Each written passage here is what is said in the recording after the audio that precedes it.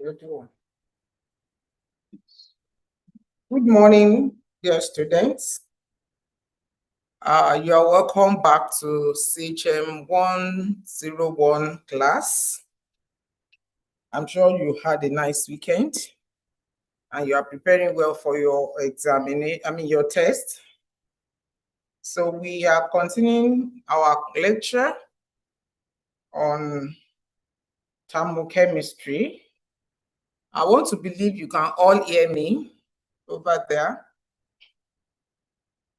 Sorry, the views are 0. That's surprising. No, we come up. I was just wondering.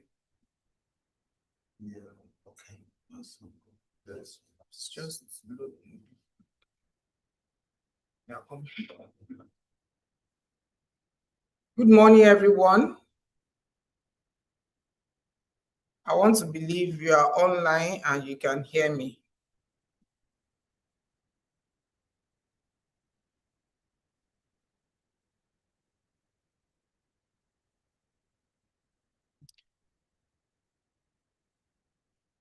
Oh, good morning. Good morning. Good to have you at Rihanna Bakari and Taufik Bakarat. Good to have you all. So we are live and I'm going to continue from where I stopped in the last class. In the last class, I stopped while considering Hess's law of enthalpy summation. And I gave you some examples to practice after I solved some problems for you. I want to believe that you had a good time with the exercises that are here. So I will still leave you to trash out the exercises. If you have any problem, you can always let me know. And before I go too far today, I would like to inform you that I'm going to be ending my lectures on thermochemistry tomorrow by God's grace. And tomorrow we will make out time to also attend to your questions. If you have questions that you have been willing to ask, there will be enough time to do that tomorrow, because from the look of things, I might not finish the lectures today. So that means we can use the time tomorrow to attend to questions. Now, let's go on to the next subtopic as we consider thermochemistry, and that is Born-Haber cycle. Born-Haber cycle is an interesting what do I call it? Principle or concept rather. Concept that applies the Hess's law of summation of enthalpy directly, in a very direct way. So what do we mean when we talk about Born-Haber cycle? It's a technique for applying Hess's law to standard enthalpy changes which occur when an ionic compound is formed. When an ionic compound is formed, you find that the process is not a very straightforward one, as you will soon see. But Hess's law has been able to unravel some of the issues around it. The application of Hess's law is a very key and very useful principle in the Born-Haber cycle. So the Born-Haber cycle allows us to understand and determine the lattice energies of ionic solids, which are difficult to determine experimentally. So for a lot of enthalpy changes, like I told you, calculate them using bomb calorimeter, using some simple calorimeters, combustion, neutralization, formation, and so on. Those enthalpies changes, you can readily calculate them. But for lattice energy, it's always difficult to calculate the lattice energies of ionic solids. So What then is this lattice energy that we are referring to? Is the enthalpy change when 1 mole of an ionic compound is formed from its constituent ions in gaseous states. So let me try and lay emphasis on some keywords in that description, because you need to understand that. So we're talking about lattice energy as the enthalpy change when you have 1 mole of an ionic compound formed from its constituent ions in gaseous states. So if you look at an example, a very common example that we use is that of sodium chloride. Sodium chloride is a solid, a lattice compound, ionic solid. And if you look at the equation that I've put here, you will see that we are forming sodium chloride from 1 mole of sodium ion in gaseous states and 1 mole of chloride ion in gaseous states to form 1 mole of sodium chloride in solid states. But usually when we are writing the reaction for you, we may not even put it in ionic form this way. But the truth is that lattice energy is that change in enthalpy when you form 1 mole of an ionic compound from its constituent ions. So this must be ions for it to be lattice energy that you are determining. And the product must be 1 mole. So let's see the processes leading to the formation of sodium ion lattice. It is, like I said, it's not as simple and straightforward as many people think it to be. And that is why we said that the application of Hess's law is very vital. So for sodium chloride, when we talk about the heat of formation of sodium chloride from the sodium metal and chloride gas, we can refer to it experimentally in this way. So experimentally, this is what we will write for you. We will not write in ionic form like I had it on the previous slide. So we can say the enthalpy of formation of sodium chloride. Don't forget this enthalpy of formation we are mentioning here. We are forming 1 mole of this from sodium metal and chlorine gas. So that is the enthalpy of formation. But when you break down the process following the Born-Haber cycle, this is what happens. In the process of forming sodium chloride, we need to know the lattice energy that is involved. And so how do we calculate that? So you have this expression that has been written here as it has been brought to this level, so you can see it. From your knowledge, what to know is sodium metal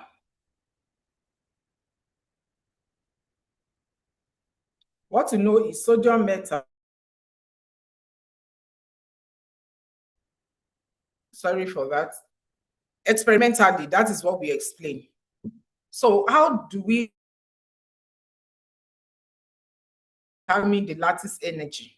We've talked about latent heat of some processes. So the lattice energy can be determined following Born-Haber cycle if we break down the process. For you to have sodium chloride, the first step that we have here is that sodium metal becomes sodium gas. So gaseous sodium will occur from, or will be formed from solid sodium. And you can look at that process as sublimation, as you go from solid to gas. So that means the heat of sublimation can be calculated. Now, when you form the gaseous sodium, that is not the end. You will form sodium ion. This is also in gaseous state. Never mind, I didn't put it there. So for you to have sodium gas become sodium ion, then you will be talking in terms of ionization energy. I'm sure you know that ionization energy is the energy that is required to remove the most loosely bound electron from an atom. So the formation of ionic solid sodium chloride from solid sodium metal and gaseous chlorine is not a single step process, but it goes through several processes. And this is just how sodium metal becomes sodium ion in gaseous state. So we can see two types of energies are involved or heat changes. We have delta H, sublimation, and we have ionization energy.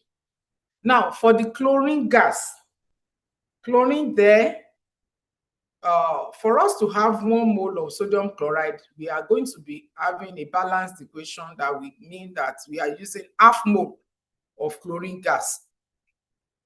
But for chlorine gas, Cl2, to become chlorine atom in gaseous state, there must be dissociation. And what do we mean by that? The Cl2 bond, okay, must be broken to give you Cl. That must happen. So that is dissociation. So we measure the delta H of dissociation to give us chlorine in gaseous state, an atom for that matter. So that then we have to gain an electron, and the energy that is associated with that is the electron affinity. So we need to bear in mind that from chlorine to chloride ion gas, then you have electron affinity involved. So for this alone, you will also have to bear in mind that there are more than one steps. There are different processes involved. So it is after you have formed this that you have the ions to interact. So sodium ion in gaseous state and chloride ion in gaseous state, we now come together to form sodium chloride solid, ionic solid. They are formed from these ions. And the energy that is associated with that process is what we refer to as lattice energy, as I explained earlier. So what do we mean? Heat changes of all the processes except the lattice energy can be experimentally measured. So you see why the summation approach is necessary. That is the Hess's law. So I'm going to go further to quickly break it down, and you should be getting ready to take your the first attendance code for today. So I've explained this. I just brought it out for you to see it in a very bold way, because I know some of you may not see it so well. So what are those steps that we are discussing? We will come to that, but let me give the first attendance code before I continue.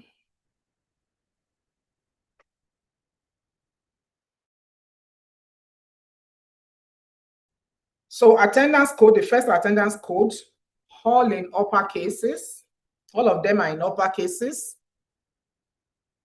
K, Z, C, L, H. K for king, Z for zebra, C for cat, L for leopard, H for hippopotamus. K, Z, C, L, H. And that is the first code for today's class.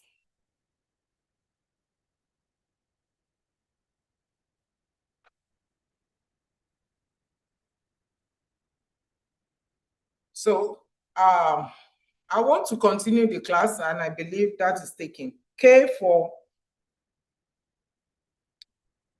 king, and Z for zebra, C for cat, L for leopard, H for hippopotamus, all in upper cases. So what we are saying is that for us to break this down further and see how we calculate all of these terms, I will then take us to the steps and how we determine the energy changes for each step. I'll take us through all the steps again. So when you have sodium atom sublime, that is delta H sublimation. And so we have delta H sublimation for sodium solid becoming sodium gas, sodium atoms, and so you have the standard enthalpy of sublimation or vaporization. The second there is the ionization energy. I've explained all of these ones earlier. So that's for gaseous sodium atom absorbing ionization energy to release one electron and forms gaseous sodium ion.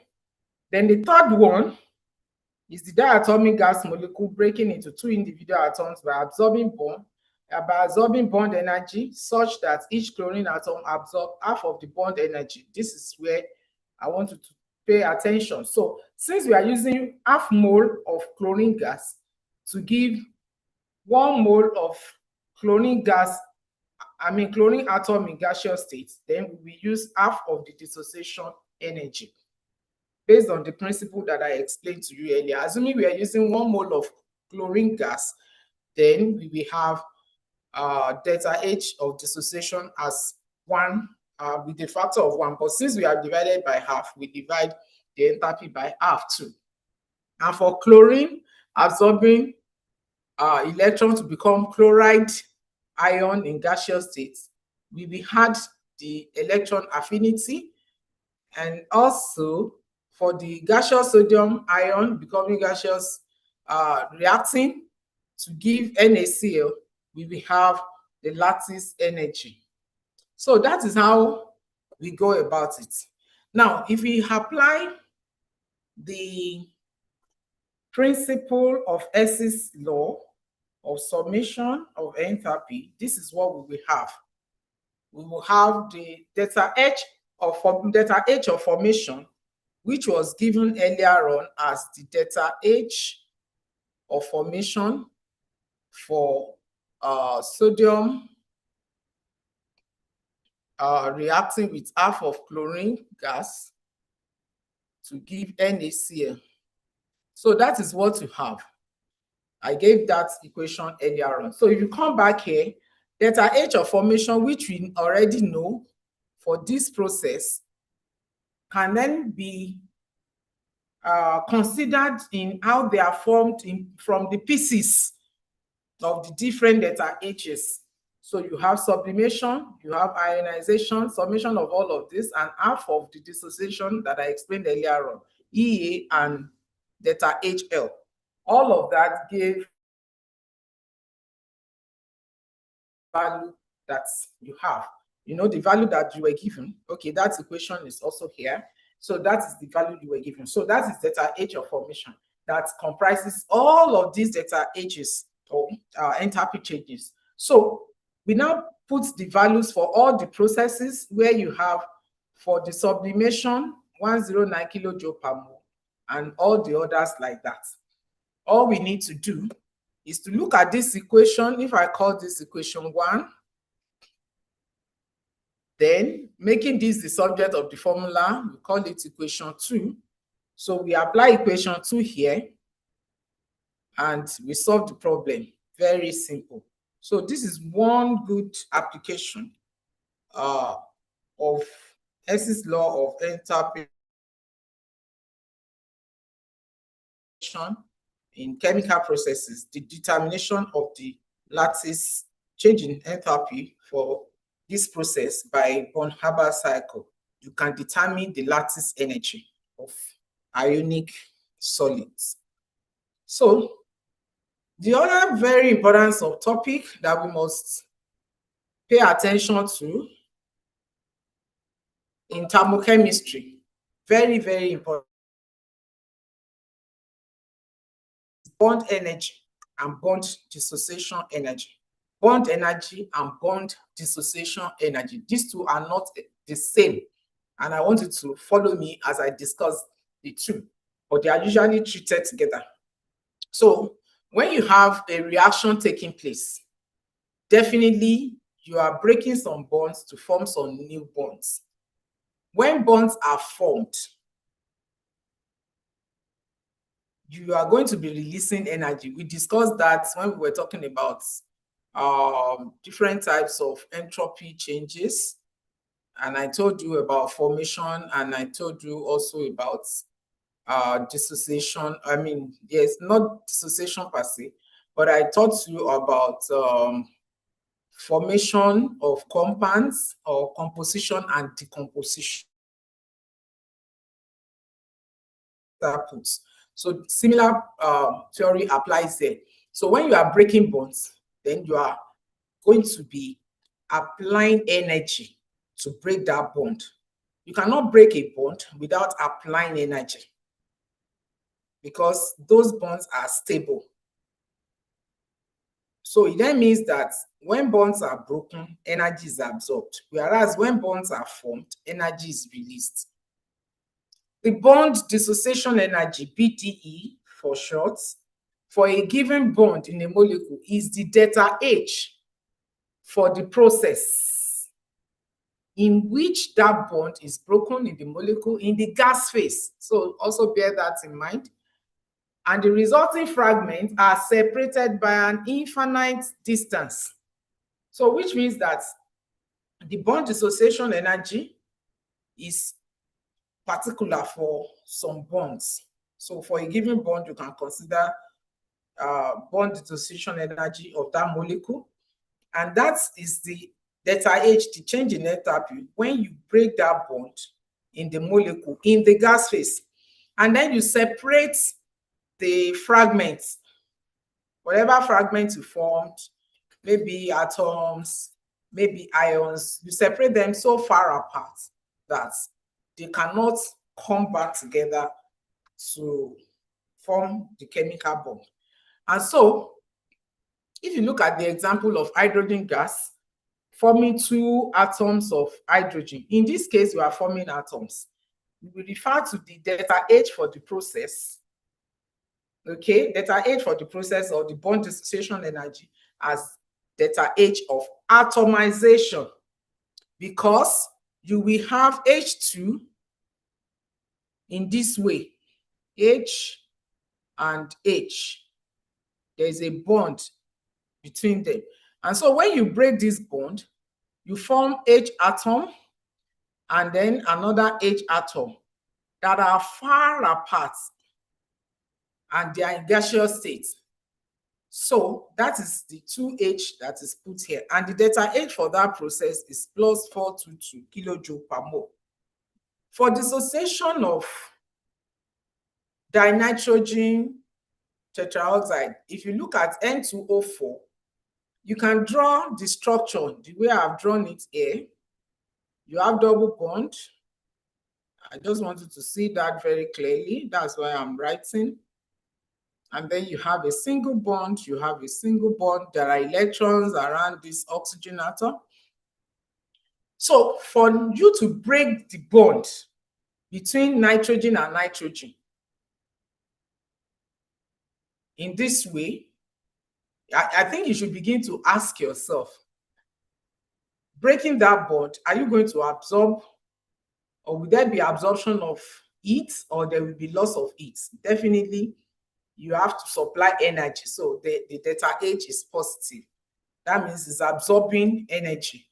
And if you are forming NO2, this is the only bond that you are breaking in the process. So that is what you have.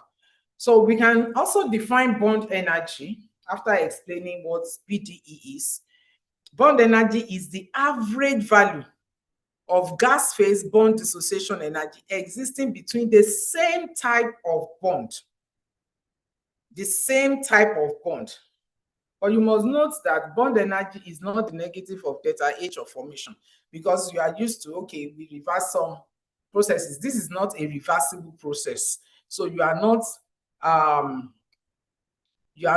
talking about a physical state. You know, in physical state processes, we reverse delta H for some processes. So what we're saying here is that bond energy is not the opposite of delta H of formation, because bond energy itself is the average value of the gas phase bond dissociation energy, average for the same type of bond existing in a molecule. So let's see some examples to help us have better understanding of this. Here, I am giving you the example of CH4. I do not have a plain area to write. CH4. So let's look at CH4. So we can say this is what CH4 will look like. CH4. Definitely, we have similar types of bond. So we are forming carbon, breaking them into fragments. We have carbon and hydrogen. So when we are breaking this, we break all the bonds, and there are 4. But one key thing about this is that all of them are CH bonds. So it means we have 4 CH bonds. And when you break CH4, the enthalpy that you have there is the enthalpy of atomization. Change in enthalpy there is that of atomization, which means that you are forming atoms of the initial molecule. You are breaking them down into the gaseous states, atoms in their gaseous states. So if that is the enthalpy for that reaction, it is a simple thing to say that it is also delta H of atomization, because the products are all atoms. So it then means 4 CH bonds are broken from what I have shown you here. We can determine the bond energy. The bond energy will be the delta H of atomization divided by 4 to get CH to get the bond energy for CH, because the enthalpy for this process that involves 4 CH bond is 1662 kilojoule per mole. So what we are saying is that what then is the average CH bond if 4 bonds gives that? So that is what you have, 411.5 kilojoule per mole. And I believe that is simple for you to understand. So we can see that delta H is the sum of the energies required to break old bonds plus the sum of energy released in the formation of new bonds. So since delta H is positive when bonds are broken and delta H is negative when bonds are formed, it means that for us to work with the enthalpy of reaction, then we will reverse these terms, reactants and products. So for the enthalpy of reaction to be related to bond energy, bearing in mind that delta H is positive when bonds are broken and delta H is negative, then our expression is the summation of bond energy of all the reactants in the molecule. When you balance the reaction, you bring in the stoichiometric coefficients minus that of the products. You know, when we determine delta H of reaction, we usually refer to delta H of formation of product before we remove the summation for the delta H of reactant. But in this case, this change in sign has brought about the change in the arrangement of the terms. So we can then say that bond energy terms of the products and reactants involved in the reaction is what we are using as BE. So this is BE, and N and M are the numbers of bonds broken or the bonds formed, respectively. So I'm going to give some examples, but before I go on, let me give you the second attendance code for today's class. The second attendance code.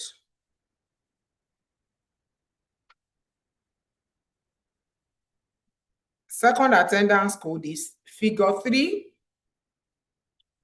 YY 96. 3 YY 96. Y in upper cases. Anyway, the two Y's are in upper cases. 3 YY 96. Y for yo-yo. 3 YY 96. I believe that is taken.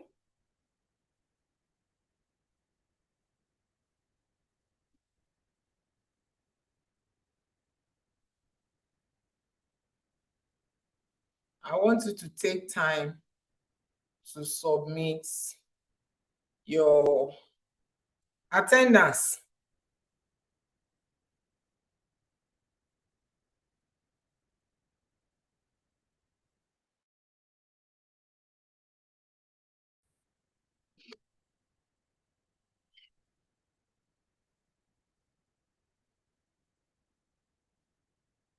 So when we are considering bond energy, there are still a few things that I want you to bear in mind before you start to solve problems.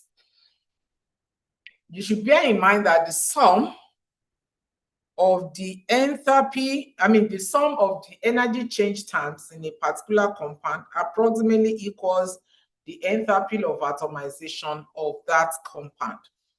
So we are saying that the sum of energy in a particular compound approximately equals the enthalpy of atomization of that compound. So you see an example. So if I have a compound that has different types of bonds, we can look at the bond energies and then look at the enthalpy of formation as the summation of all the various bond energies. That is what we are saying.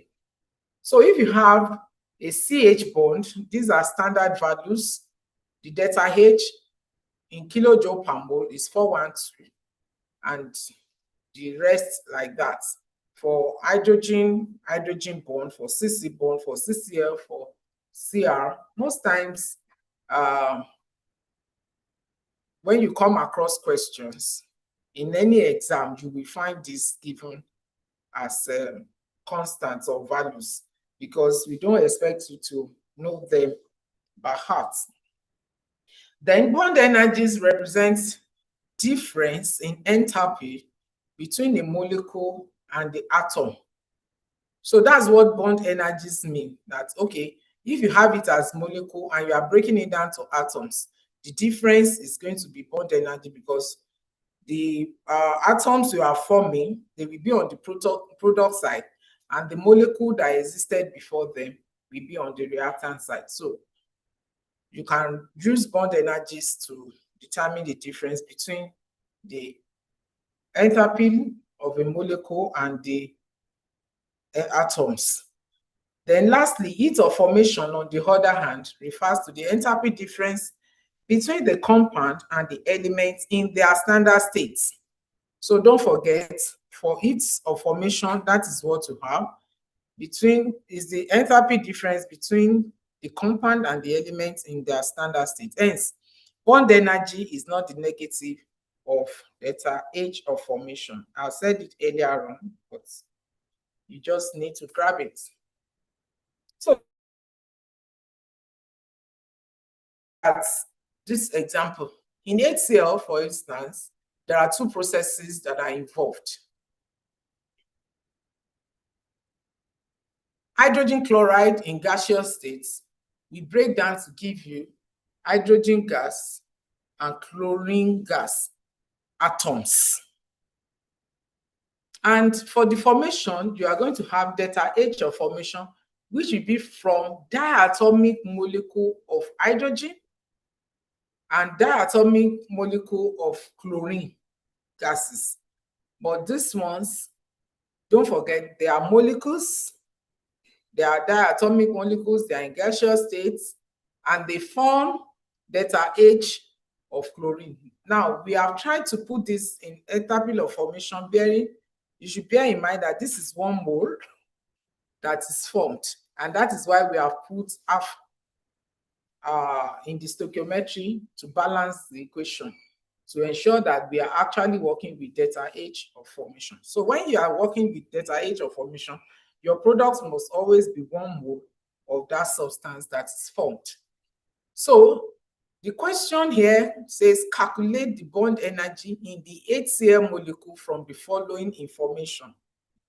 The delta H of formation for HCl is minus 92.4 kilojoule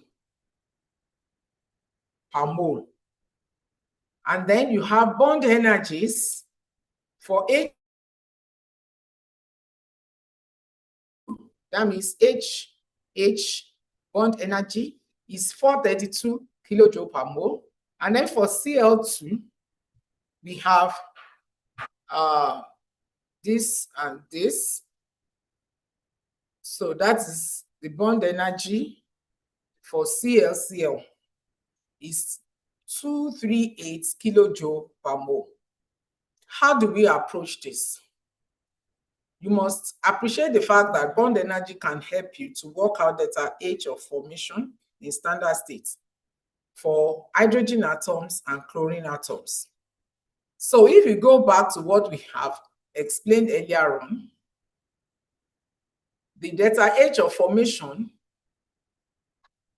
for H means that if I want this H bond broken to give me H plus H, then delta H of formation will be this value, that is 432 kilojoule per mole divided by 2, because once you break that bond, you have 2 atoms that are formed. And so for the formation, that is the atomization of H, you will have half of the enthalpy of formation of H. The same thing applies for chlorine. Here you have CCl bond, and you know the bond energy.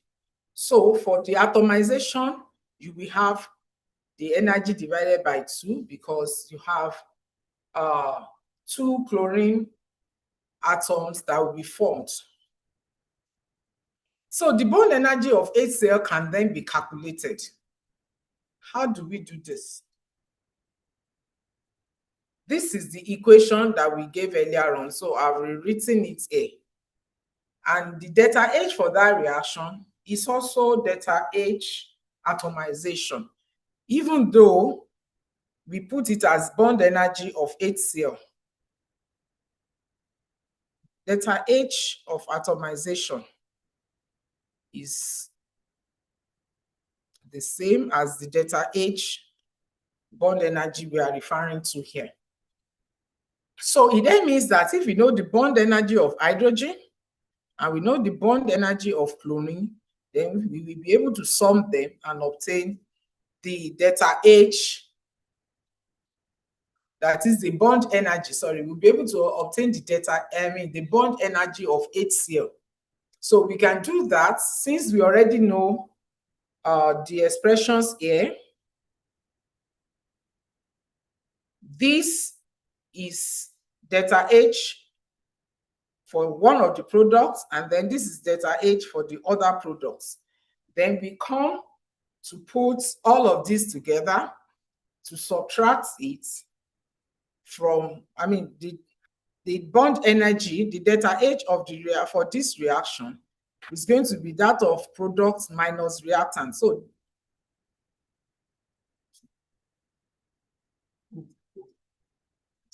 the reactant in this case is HCl, and the products formed are hydrogen gas and chloride atom, in atomized hydrogen and chlorine. So if you apply the delta H of reaction equation, which is that of products minus that of reactants, then we will have what we have shown in this equation easy to follow. So for the reactants and for the products, we will be home and dry, because in this case, this is the reactant and this is the product. And what we are referring to is delta H of the reaction. So you can see that with the knowledge of bond energy, you can also determine delta H for any reaction of interest. So let me give you another example. You are to calculate the bond energy of CC in C3H8. C3H8, and we have been told the delta H of atomization of H is this, delta H of atomization of chlorine is given, and delta H of formation and bond energies of this are also given. So you are to calculate the bond energy of CC in C3H8, given that delta H of atomization of hydrogen is 218 kilojoule per mole, delta H of atomization of chlorine is 715 kilojoule per mole, and delta H of formation and bond energy of CH2 are also given. So how do we approach this? The first thing to do is to know the molecule you are dealing with, C3H8. How many bonds, how many types of bonds are there? That's the first thing. How many types of bonds?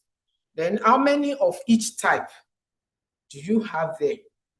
I think the best thing to do,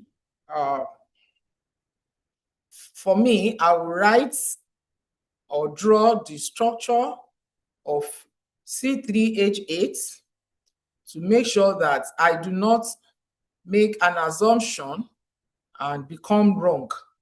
So if this is the structure of this C3H8,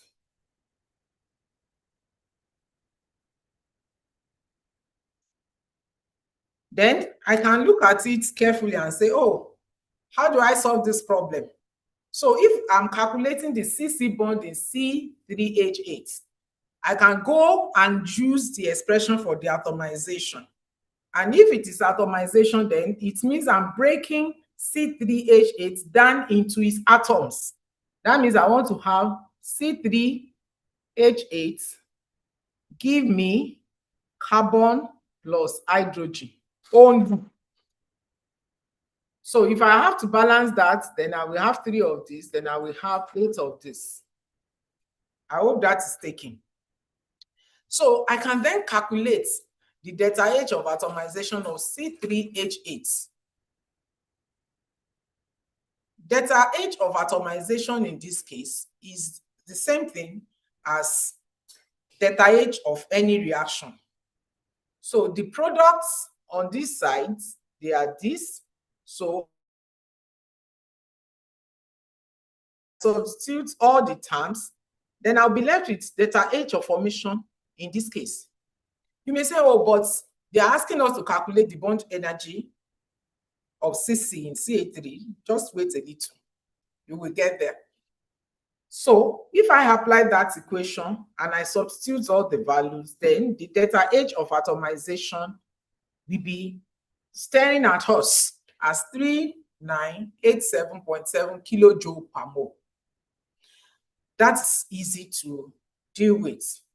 So what we are saying then is that delta H of atomization is the same thing as delta H for this particular reaction, which I explained, because it's a reaction where you are forming from a molecule. You are taking the molecule down, you are breaking it down to all the various atoms. So this equation is very valid. I mean, this expression is very valid. Now, what then do we need to know? In C3H8, how many CC bond? Because the question is about CC bond, and we cannot get it directly without knowing the delta H of atomization. We cannot get it from this equation as it were. We have to, first of all, use the delta H of atomization before we begin to look at how those atoms, their energies sum up to give us that of C3H8. We can single out the CC bond from there because we were not given delta H. I mean, the bond energy for CC was not given. So if you come back to that expression, you will recall that, okay, let me get back to this equation. Let's count, because there are times that students assume, they just say, oh, it's C3, then there are 3 CH bonds or 3 CC bonds. That would be wrong. So let's identify the types of bond. Here we have a CC bond. This is another CC bond.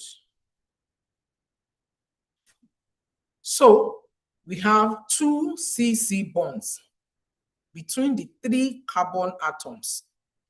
Then this is 1 CH bond.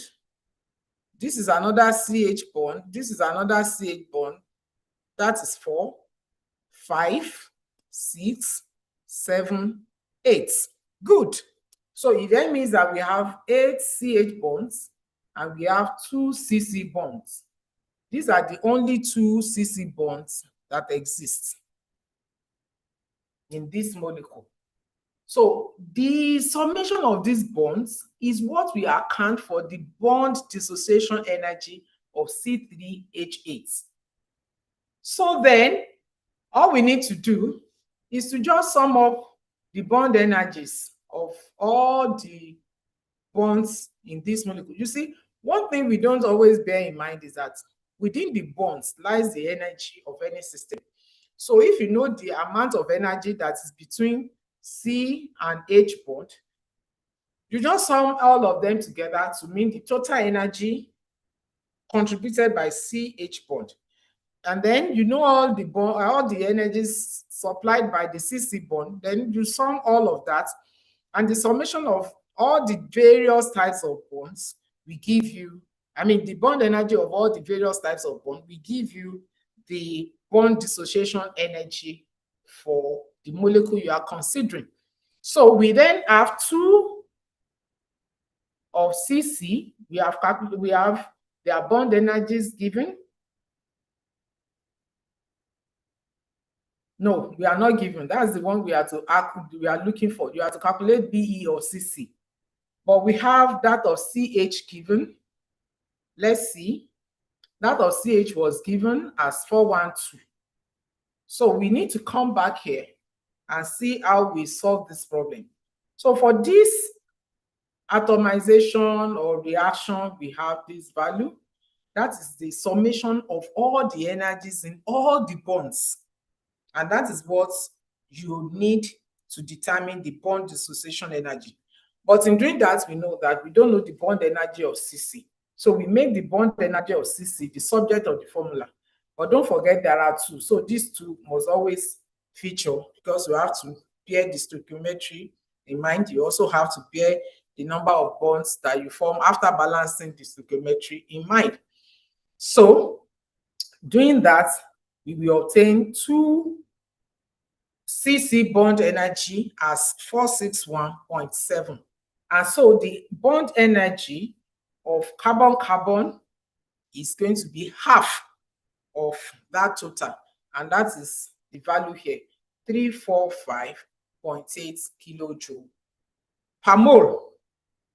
So this is something that you need to, I advise you that you take time to go back to this lecture, play it back, write down your notes, because you will need it. Don't just assume that you have listened and that will be all. No, you need to personally study to get this correctly.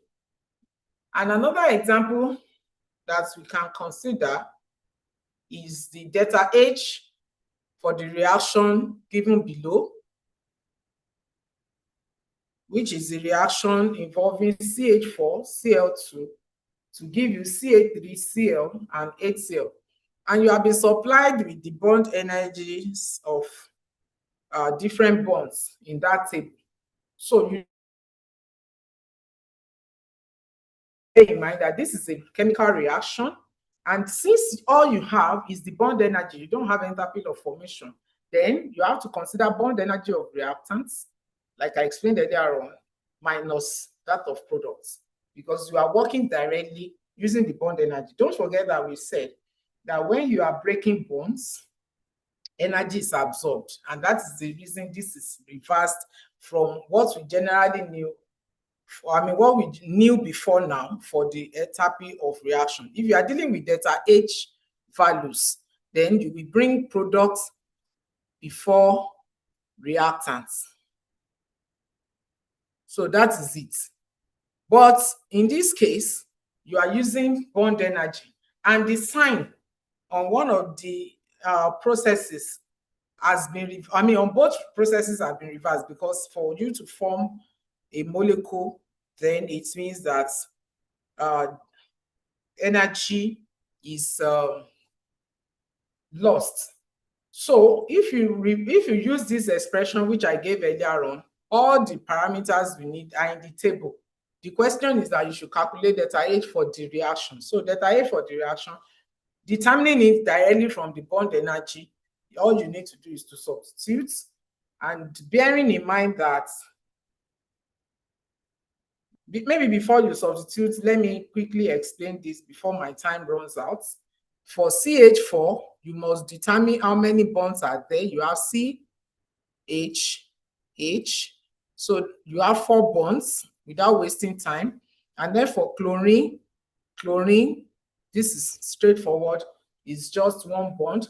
But for CH3Cl, you have C, you have the bond here with the hydrogen. You have hydrogen, you have Cl, and you have another hydrogen. So you have CH3Cl. And here you have 1, 2, 3 CH bonds, and then you have 1 Cl bond. So you have 1 Cl bond in this reactant, you have 1 Cl bond in this, you have 4 CH bond. And in the products, you have 3 CH bond plus 1 CCl bond to take care of this. And then for HCl, you have 1 bond. So that is how you balance, you write the stoichiometry for this kind of calculation. That is where I'm going to stop for today. And as you can see, substituting all of the values, you have delta H for the reaction as minus 104 kilojoule per mole. I'm sure you will have questions, so I will take the remaining time to allow you to ask questions. But before then, your code, please. The last code for today, because of our time. The last code, code 3, RRN6A. R for reversible, another R again for reversible, N for neutralization, 6, that's figure 6, and A for atom. RRN6A. RRN6A. RRN6A. Okay, I can see some questions are here already. RRN6A. That is the third code. The third code is RRN6A.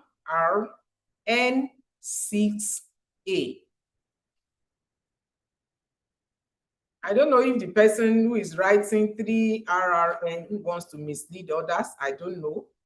But we have told you not to even write anything here. So somebody is asking if you want to calculate double bond and single bond, is it equal to 1 no matter how many bonds, ma? Okay, good question.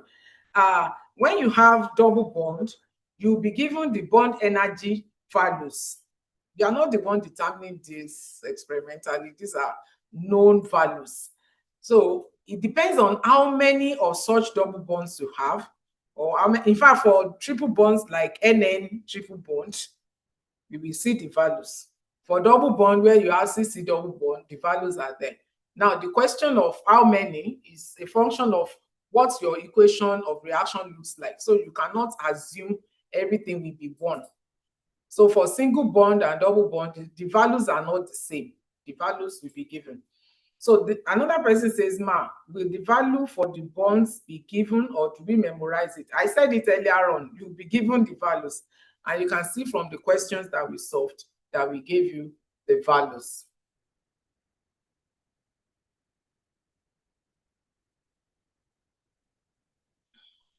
So somebody said, Ma, how do we know if it is product minus reactant or vice versa? Okay, it is simple. When you are looking at delta H of reaction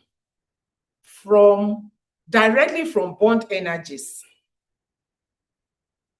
okay, if you want to use bond energies to calculate the enthalpy of reaction, or you are given the enthalpy of reaction and you are asked to calculate the bond energy for any bond, then that is when you will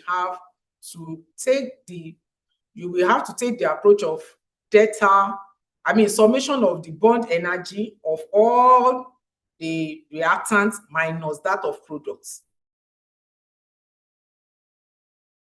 I told you the reason, because in breaking bond and in forming bond, the signs on the delta H value, one is negative, the other is positive, and that's why that change occurs. So when you write your equation of reaction, you will know which ones are your reactants and which ones are your products.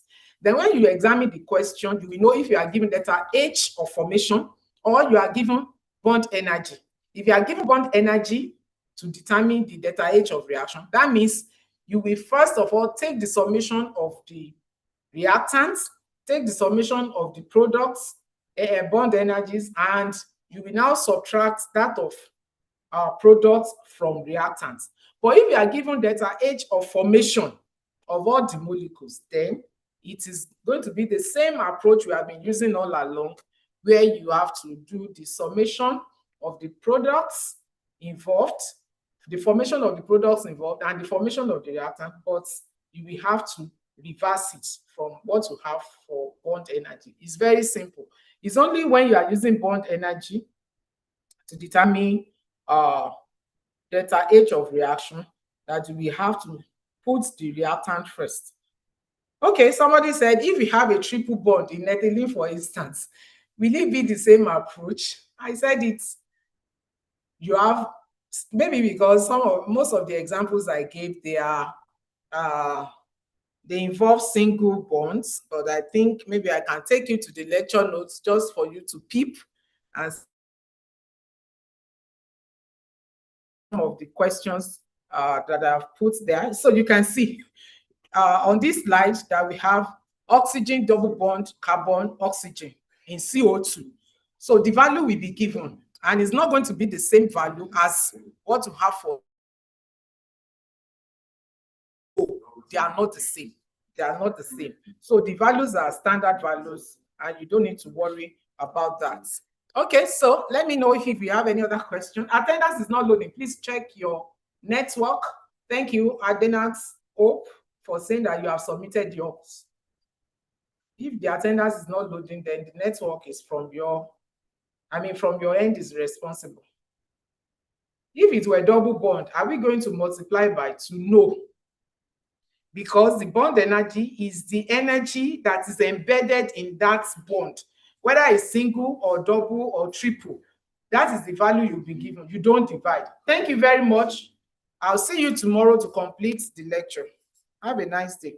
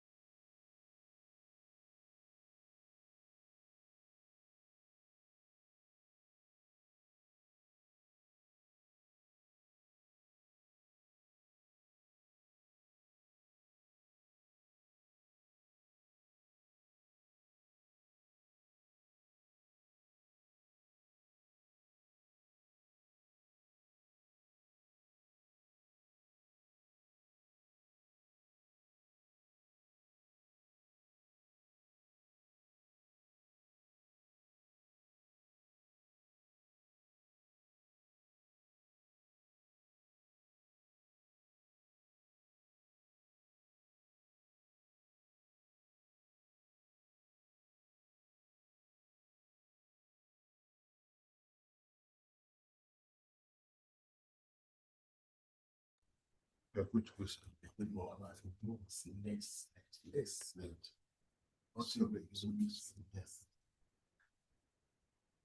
This is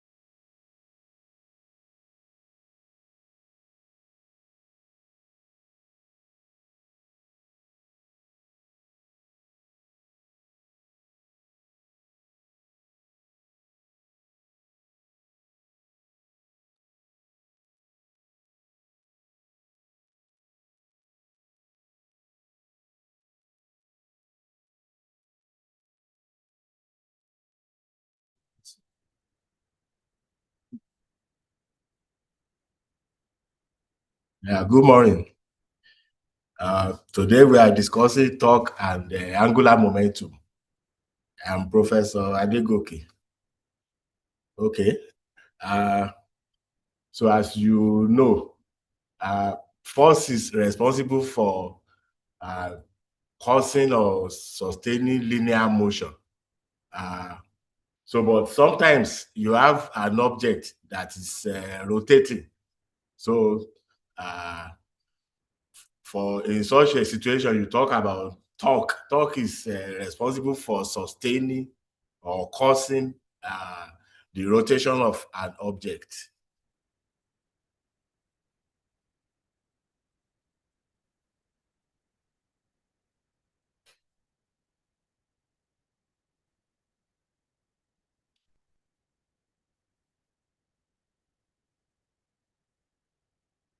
Okay, so you know that force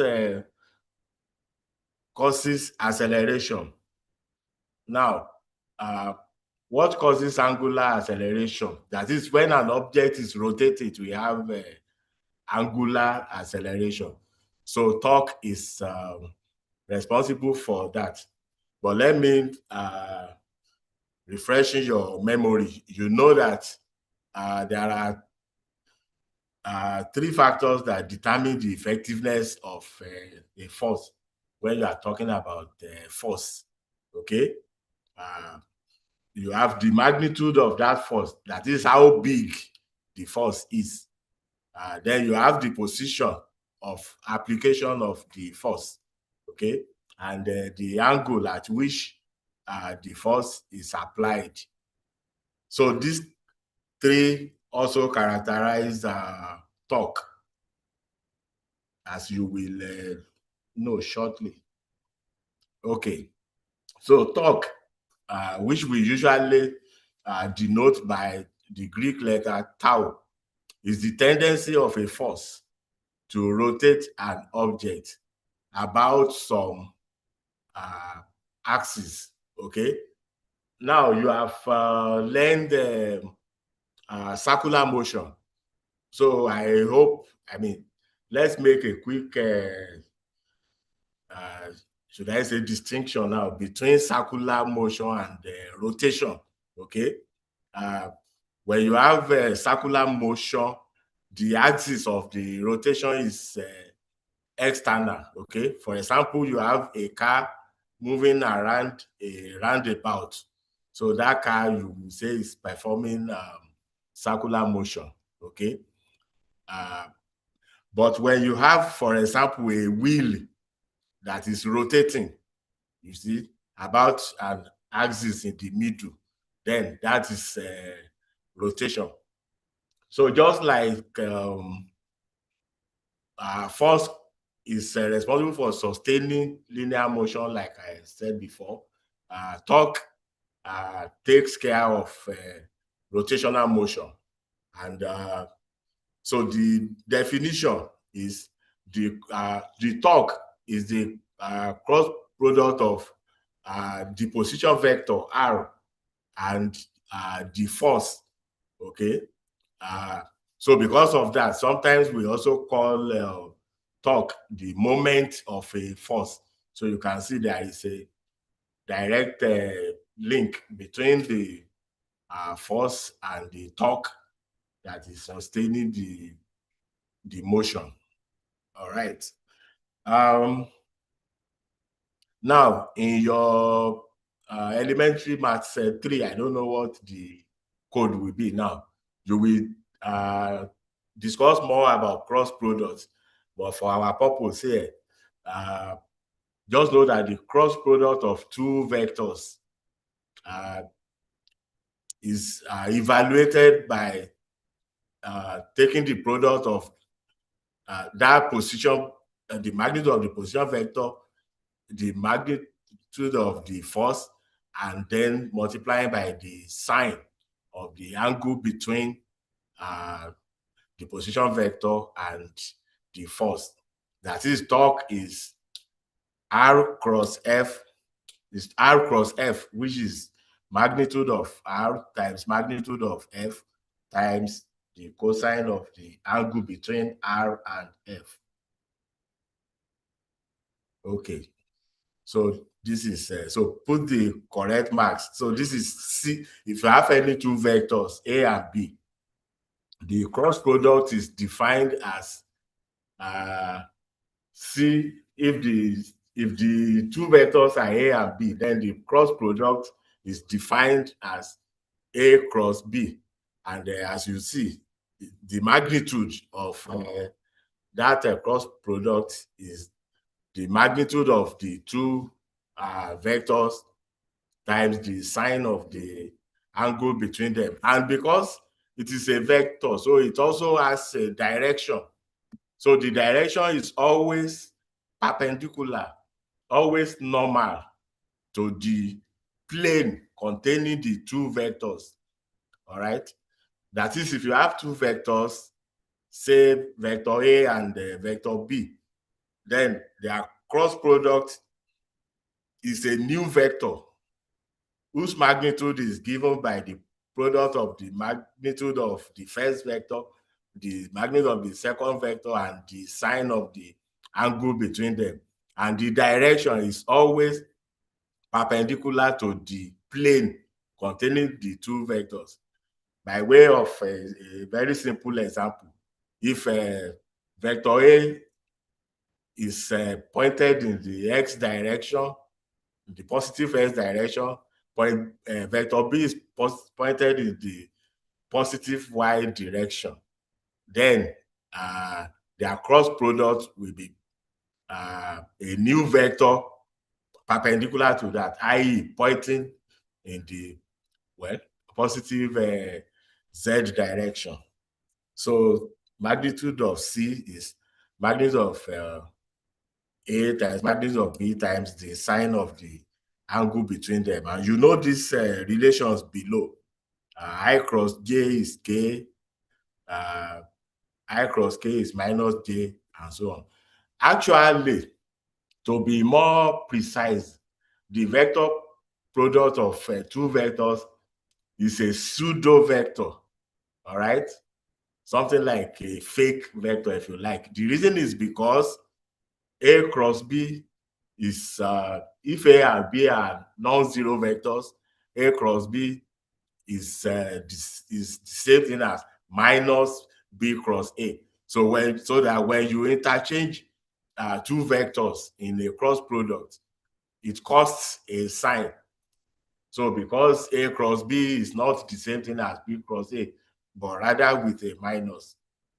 Because of that, we say that the cross product of two vectors produces a pseudo vector. Again, you will learn more about this in your elementary math 3 class. But for our purpose now, we are discussing the cross product of R and F, the position vector and the force in a body that is rotating. And I have said so far that tau is R cross F, which is magnitude of R times magnitude of F times the sine of the angle between them, and whose direction is perpendicular to the plane containing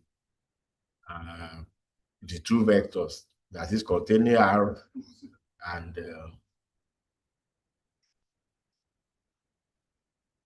okay, so this is well illustrated in the diagram there. You can see A, B, and A cross B being perpendicular to both.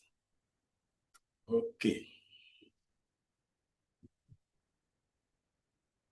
Okay, so of course, you can see since R is measured, that is the position is measured in meters, and the force is measured in Newton.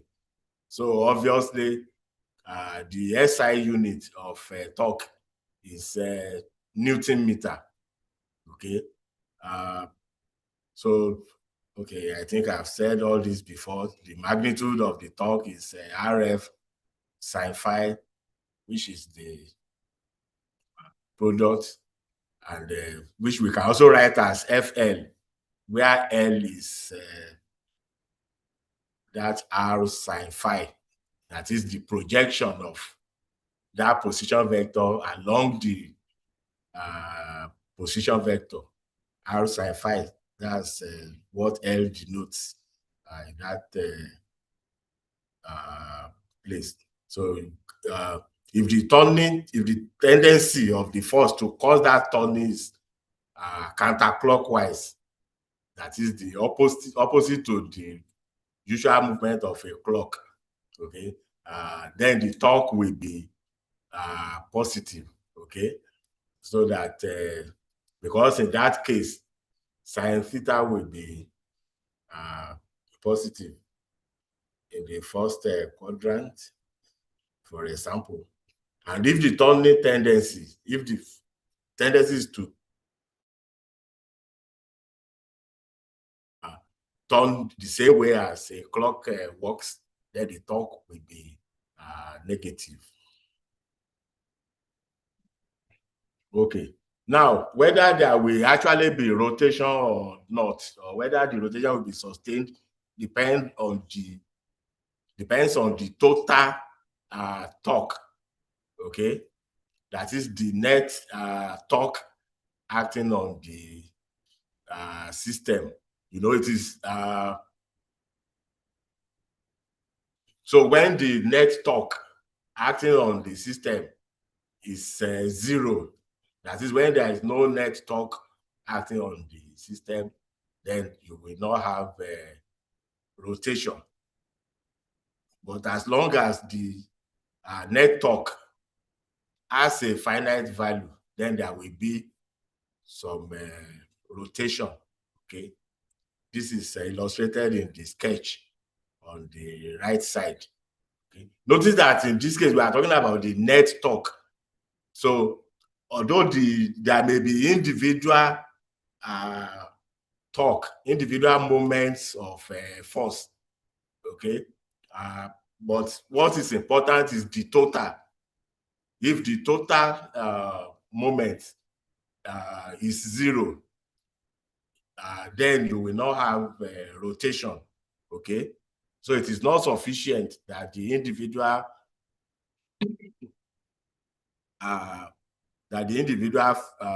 torques do not vanish. We are talking about the total, the effect, the resultant is what matters.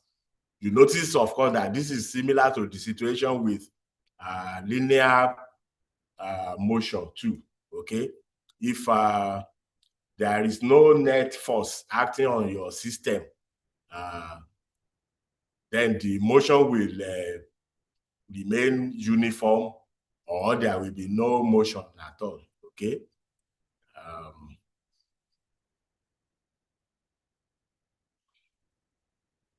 Okay, so let's look at Newton's second law for a rotating object.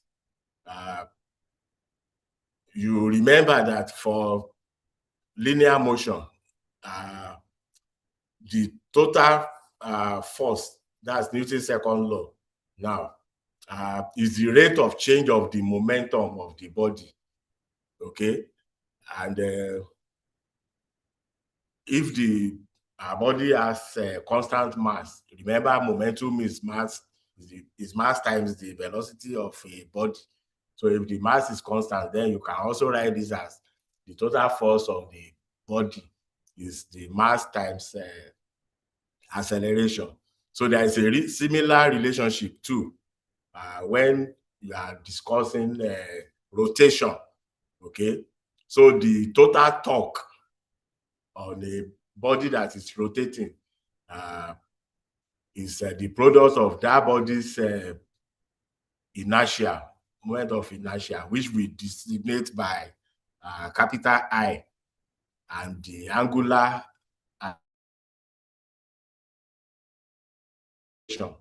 you will see later that, or you should probably already have known from the previous lectures, that I is mr squared, where m is the mass of the object. Okay, but anyway, the total torque on a body is given by the moment of inertia times the angular acceleration.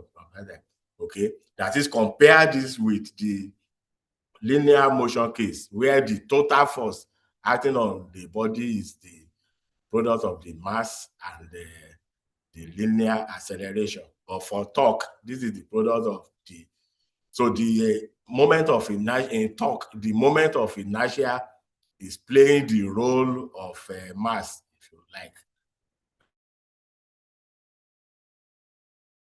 while the angular acceleration is the acceleration caused by rotation. Okay, so in solving problems, you need the two formulas, summation tau equals IE alpha and summation F equals MA, and you can always draw free body diagrams to make the situation easy. Okay, so now please listen to the attendance, to the first attendance code before we continue.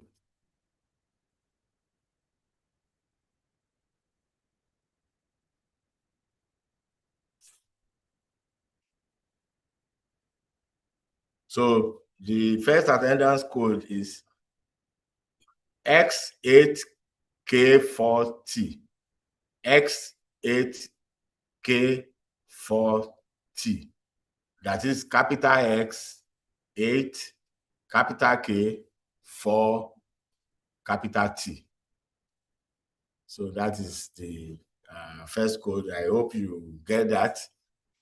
So we'll continue with the lecture.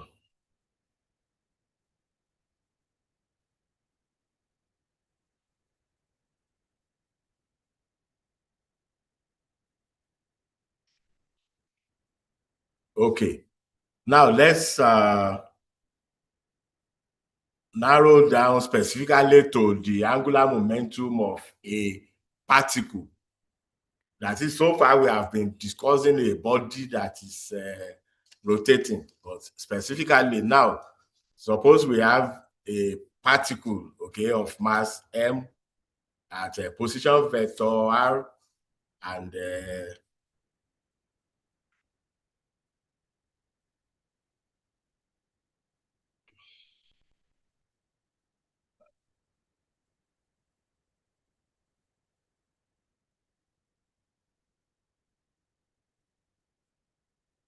so the angular momentum, L from your previous lecture, is given by mass times velocity, then times the position, so MVR. Okay.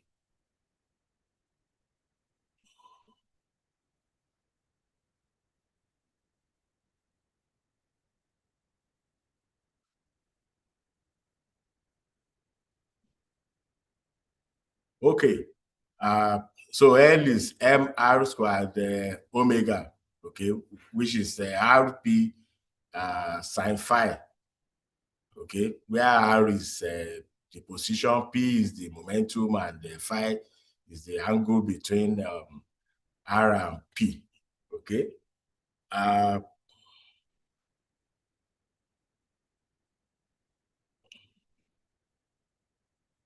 So the objects are defined as usual. R is the particle's instantaneous position vector.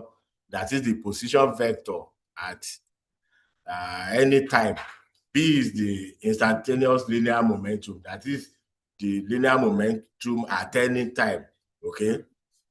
And notice that only tangential momentum, momentum components contribute. Okay. Then in drawing sketches, to add two vectors, for example, you usually put them the head of one vector to the tail of the second vector. Okay. So you recall that for linear momentum, the external force, the net external force, is the rate of change of the momentum of the body. That is, F net is the p dt, where p is the momentum of the body.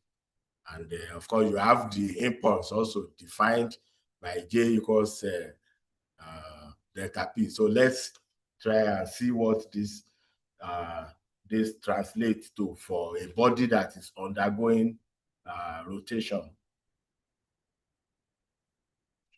Okay, so in the case of rotation, we talk about angular momentum and torque. Okay, just like for linear motion, we talk about momentum and force. Okay, so in the case of rotation, you have angular momentum replaces your momentum, and which is why, like I said before, you can also call it moment of momentum. So, and you have the torque, okay, which is responsible for the rotation, but due, of course, to the force F that is present. So, which, because of that, you can also call it the moment of force, okay? So, the net force, net torque, rather, as we noted before, is the product of the moment of inertia and angular acceleration. And recall that angular acceleration is the rate of change of angular velocity, time rate of change of angular velocity. So that you have that equation there, okay, I delta omega over delta t, okay? And using the definition of angular momentum, you have that the net torque on your system is the change in angular momentum with respect to time. All right. Again, I remind you that this is the same, or this is equivalent to the situation with linear momentum when the net force is the rate of change of the momentum.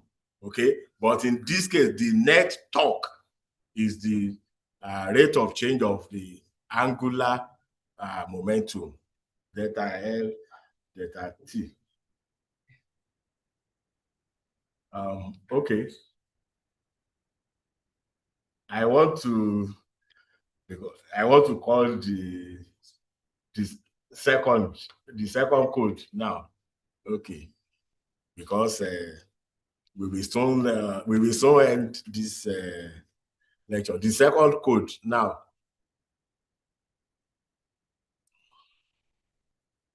So the second code is 2xc yy. 2xc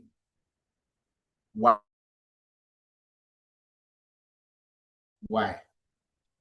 Okay, I hope you got that. 2 capital X, capital C, Y, capital Y, capital Y. Okay, so that's the second code. So I hope you got it. Yeah, 2xcyy. Yeah, correct. That's correct. Okay. So let's continue now.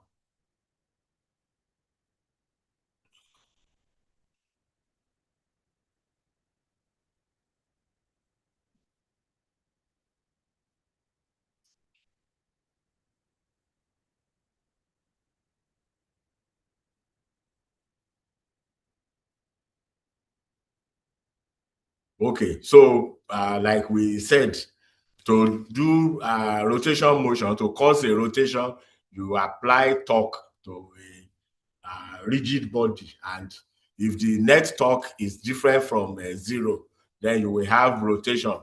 Otherwise, you will have no rotation. Okay, and this is because the torque causes the angular momentum. This is because the torque causes the angular momentum.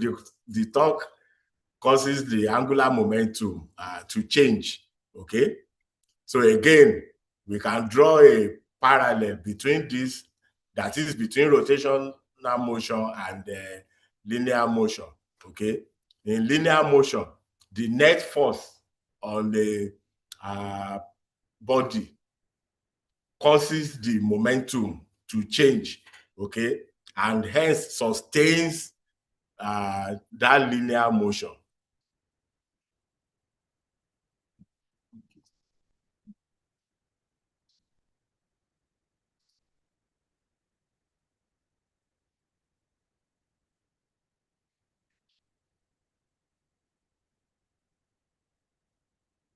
Okay.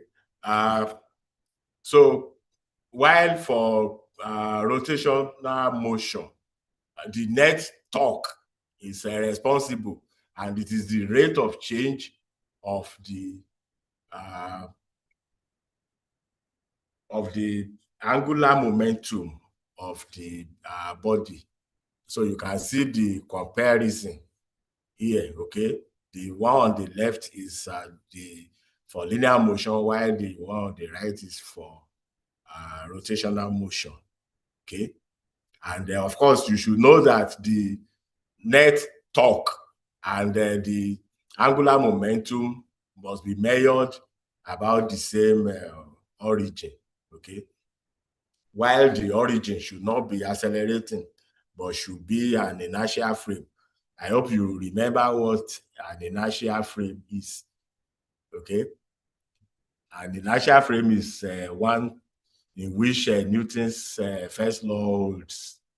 And you remember Newton's first law of motion, that if an object is moving at a constant speed, it will continue to move at that constant speed as long as there is no external force on it. So any frame of reference in which that law holds is called an inertial frame. Just in case you have forgotten what an inertial frame is. And of course, if the object is not moving, then it will remain not moving as long as there is no external force.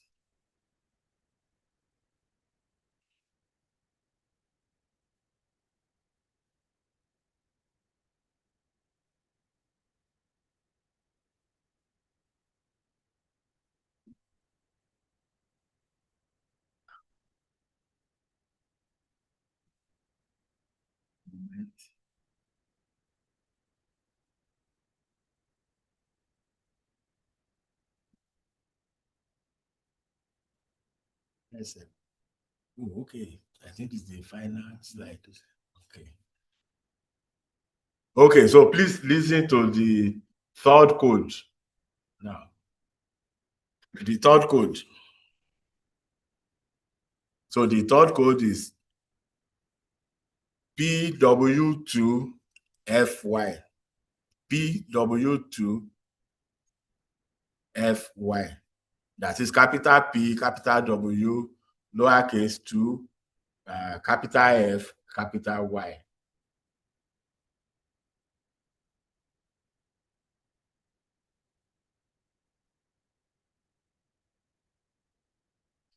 Somebody said the code was fast today.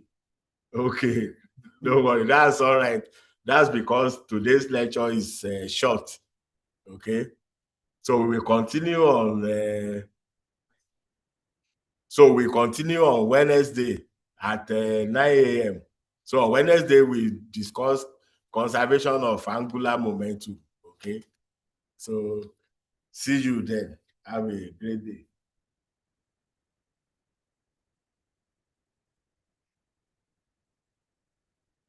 With it.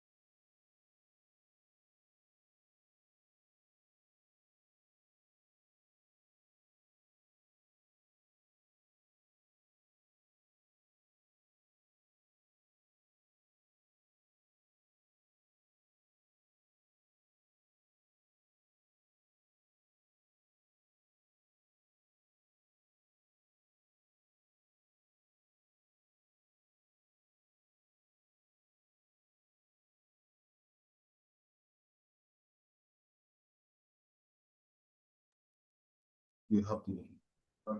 Yes, thank you, sir.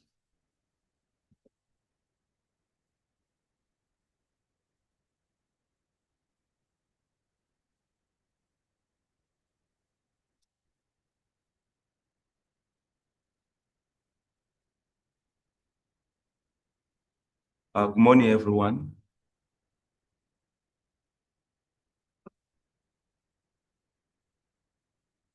You are welcome to Physics 103 this morning.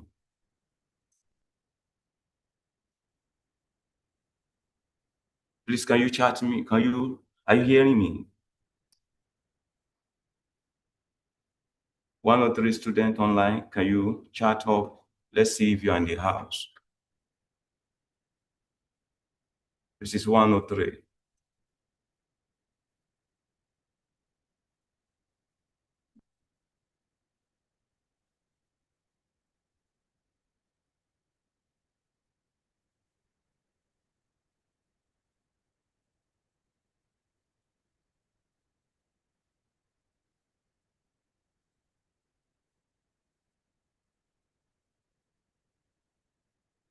This is 103, please.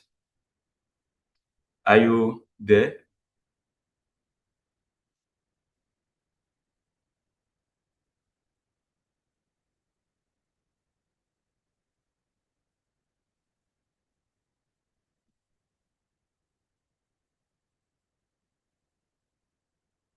One or three. Please signify is 103. Just type PHY 103. Are you online?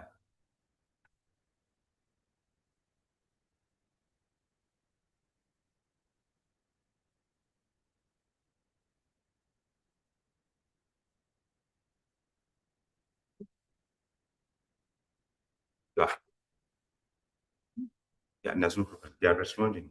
I think they are online. So thank you. And yeah. Okay.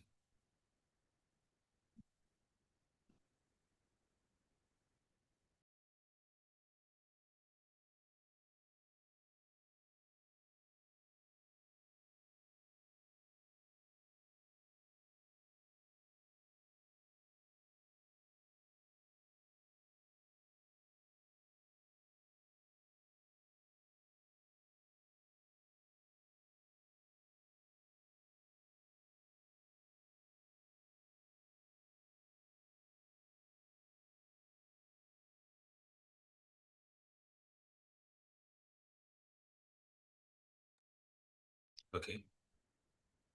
Thank you. Using this means I need to. Let's use housekeeping. What to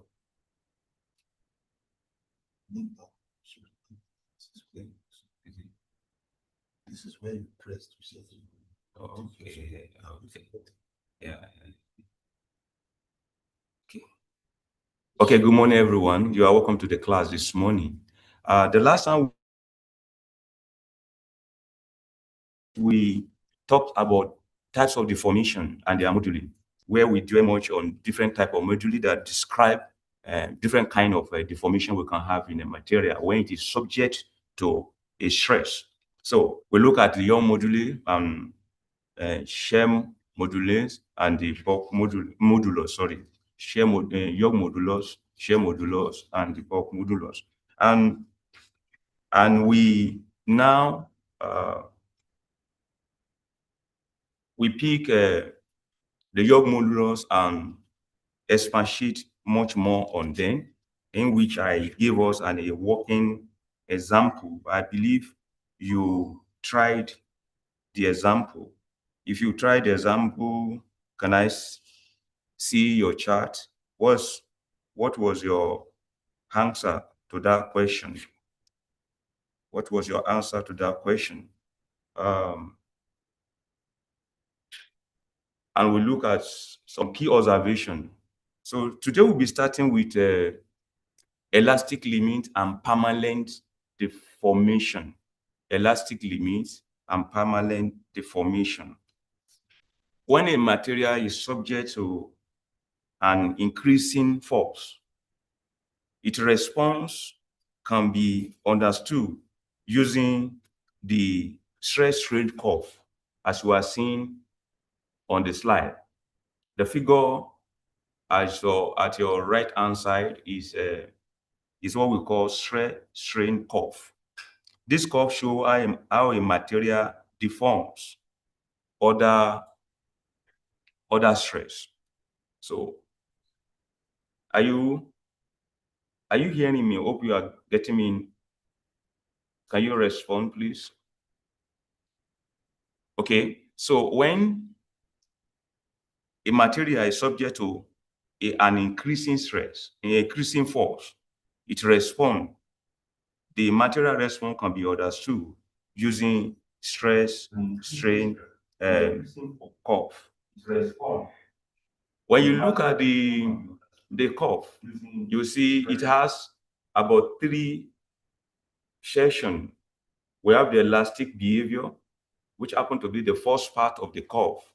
We have a point as elastic limit, and the end point of the curve marked as breaking point. Each of these points is very, very important for us to understand whenever we are using material. Now, when you talk of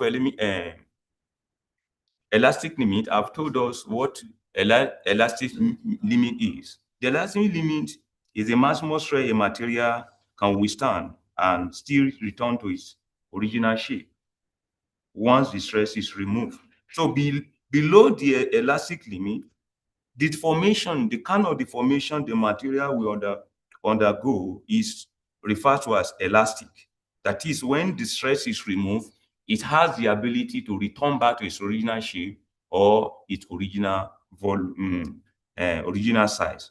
So the material returns to the original size or volume, and the relationship between the stress and the strain is linear, just as you have seen in that first portion of this curve. Elastic behavior, mark elastic behavior. So the kind of deformation we have there, the kind of relationship between the stress and strain is linear. And you and I, we know, if you remember one of our class, we were talking about Hooke's law. So this section is what obey Hooke's law. The linear section of this curve obey Hooke's law. Now, beyond the elastic limit, we have a point that is where you have a permanent deformation. When stress exceeds the elastic limit, the material enter the plasma region. We call that region plasma region, and the formation becomes permanent. And removing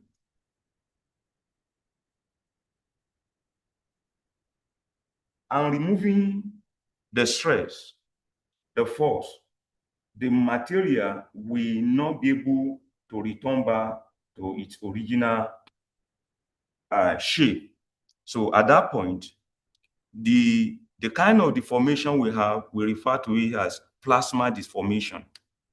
And that is when the elastic limit is exceeded.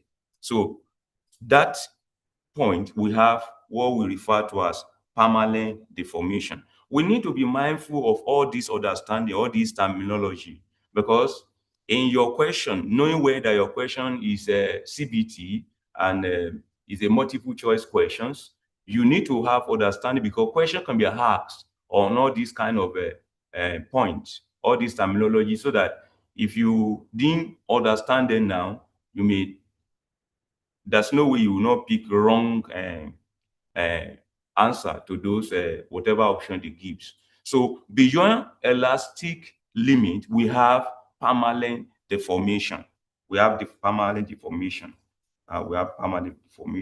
And now, when you go beyond that elastic limit, we have a point where we have a breaking point. And at that point is when the material is subjected to ultimate stress. At that point, the material fractures, it breaks, the material failed. So what is the significance of all these points that you need, that we are talking about as a biological sciences, as a medicine or in pharmacy? You will definitely in one way or the other, use materials, objects for your experiment or for your whatever thing you want to do in your field. So you need to have understanding of all these things about material you are using. So practical for engineers design structure to operate below elastic limit. So engineers, all material we have is safe when it is being used under elastic limit. Beyond elastic limit, there's bound to be either permanent deformation or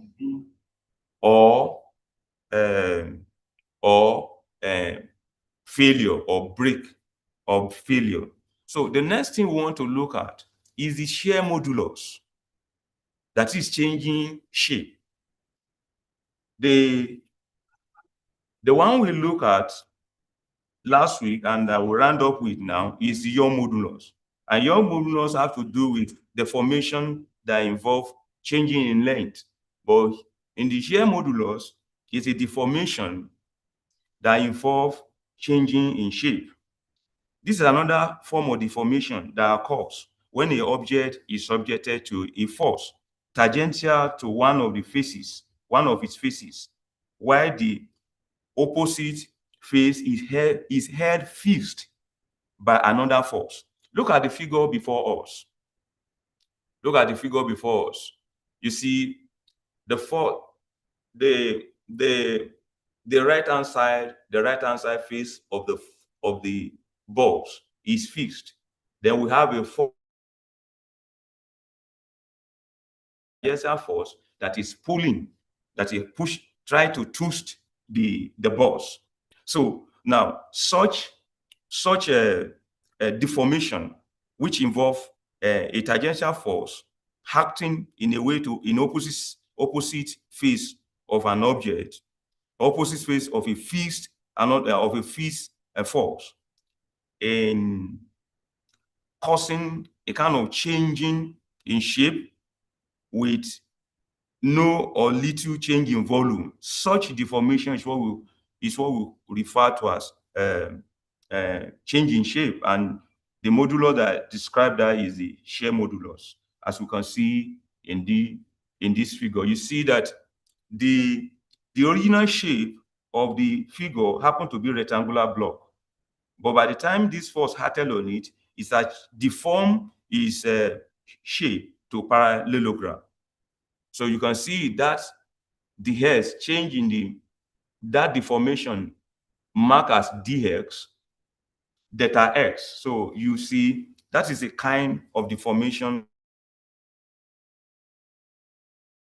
that shear modulus describe. And when you, just as usual, we have shear stress, which is the what? Which is the ratio of the tangential force to the area of the face being sheared. Is the ratio of tangential force to the area of the face being sheared. Now, and we also have shear strain, which is the what? Which is defined as the ratio of that deform and the height of the. For instance, with this diagram, the strain will be dx over h, which is the height of the something, and the shear modulus, as usual, is shear stress over the shear strain. And what's the physical meaning of shear modulus? Please, I believe you are with me. Are you following, please? Are you following? Are you following? Can you chat up if you are following? And I want to call your first code for today. The first code for today, I want to call your first code for today. The first code for today is D536U. The first code for today, that means your attendant code, D536U. D53CU. And please, I believe you are aware that your test is coming up this week. If you are aware of the day that your test is coming up, can you type the day? Is it Tuesday, Thursday, Friday, Saturday, or Sunday? When is it coming up? Can you type the day, please? So, Salahuddin, are you online today? Can you help us type the code out? The code is D536U. D536U. That's the code for today. So let's continue with our class. I can't hear anyone responding. Can you chat, please? Rejoice Dada, are you there? We are following. David Sunday, when is your test coming up this week? And did you get the first code for today? So let me hear your response. Now, let's move ahead. So as I was saying, the shear modulus is now the shear strength, the ratio of the shear strength to the shear strain. And what's the physical meaning of this shear modulus? It measures material resistance to shape change. A high shear modulus means the material is rigid. It's rigid. So when you want to do something that you know that there is likely going to be a kind of twisting, so you have to have understanding of this. So one of the basic and common effect of shear stress is when you twist something, you twist it. So it's a kind of a example of a effect of shear shear modulus. So where something in an object is twisted, it changes shape, but it does not so much affect. It does not change in volume of that object. So such deformation is what we refer to as is what shear modulus actually describes. Now, working example. Please, can you?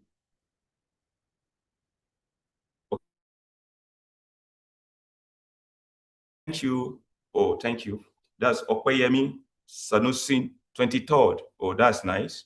23rd, your test is coming up on 23rd. I think that will be on Friday. Yeah, I think that will be on Friday. That Rejoice Dada, thank you. The code, the first code, that's D536U. Thank you. Try to be smart about your attendance. Now, get this. Let's put this working example down. A tangential force of 500 Newton. A tangential force of 500 Newton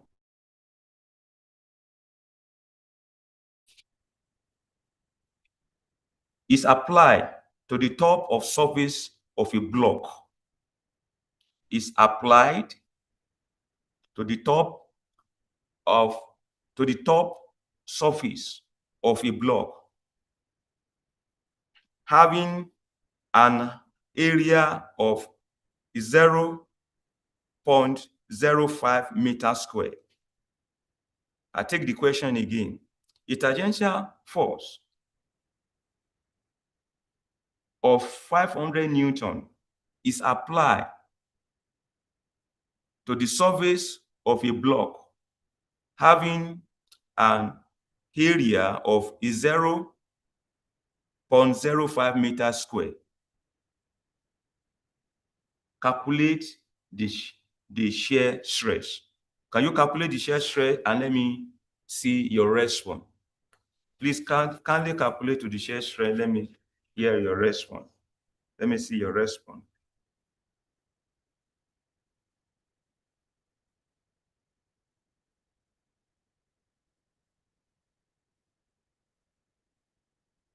Oh, nice. Okay, that's Friday, yes. Okay, please, let me hear your response. What's the stress? What is shear stress for that question?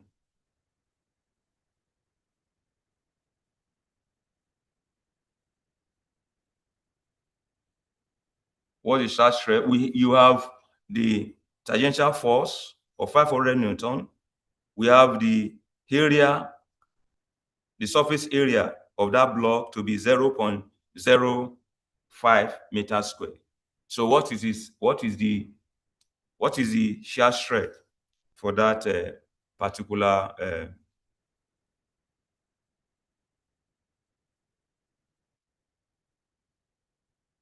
instance, please? I'm waiting for your response. Muhyiddin, Salahuddin, sorry. What other people again? I've not seen your chat this morning. Are we online at all? I can see David Sunday. I can see the chat of Rejoice Dada. I can see Opeyemi Sanusi. I can see who else again? That's only 3 people I'm seeing online this morning. Okay, I can see the Jasonic. Okay, please, what is the shear stress for that particular instance, please?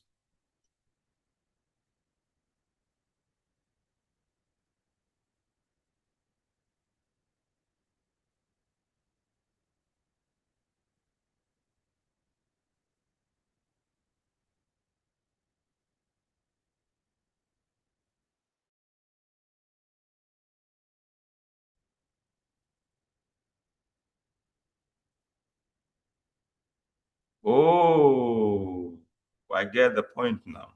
Oh, sorry about that. Most of us are having tests. Okay. Oh, I get the point. Sorry about that. So the few of us that are online today, please respond. Rejoice Dada, thank you for that. Thank you for that information. Please, can we hear what's your response? What's your answer to that question?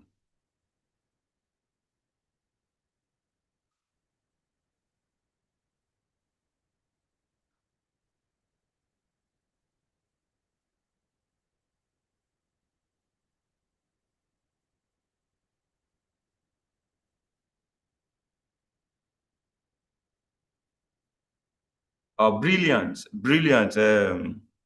Opeyemi Salusin, that's good. Brilliant. I love that. You are correct. 10,000 newtons per meter square. You are right. Okay. Now, let's take this question again. Let's look at this question. A block of height 0.20 undergoes a literal displacement. A block of height 0.20 meter undergoes a literal displacement of 2 millimeter. Undergoes a literal displacement of 2 millimeter. Calculate the shear strain. Calculate the shear strain. Calculate the shear strain. So let's look at that question. You've been given the height of the object of the block, and you've been told that due to certain force or the other that acted on that object, on that block, there was a displacement of 2 millimeter. So what is the strain? What is the strain? So please, can I hear your response? I will appreciate if Rejoice Dada can respond to this. At least Opeyemi has responded to one. Rejoice Dada, David Sunday, can you respond? Can we respond to this question? Then we move ahead.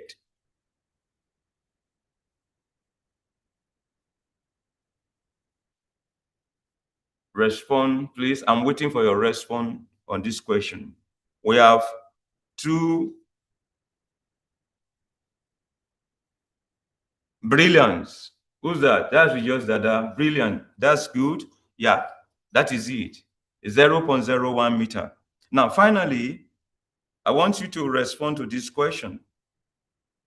Finally, please. I would love to respond to this question.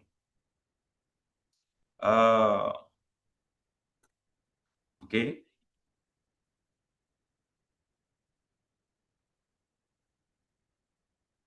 let's have this. For instance, you have a situation, a force acting on a block, a force of 800 Newton, acting on a block, of 0.04 meter square area. It acted on a block of 0.04 meter square. The height of the block is 0.5 meter. The height is 0.5 meter. While the displacement is 1 millimeter. The displacement is 1 millimeter. Kindly calculate the shear modulus. Calculate the shear modulus. David Sunday, please, can you come up with answer to that? Okay. All of you, please, can you come up with answer to that? So you are giving the force to be 800 Newton. You are giving the area to be 0.04 meters squared. The height is 0.5 meter, and the displacement is 1 millimeter. Can you calculate the shear modulus for that object? Calculate the shear modulus of that object. Why I call the second code for today. Please, I will call the second code for today in a short while. Please, just be smart about your attendance code. It's very, very important. So what's the response? What's your response? What's your answer to this question? I'm waiting for us. Come move ahead.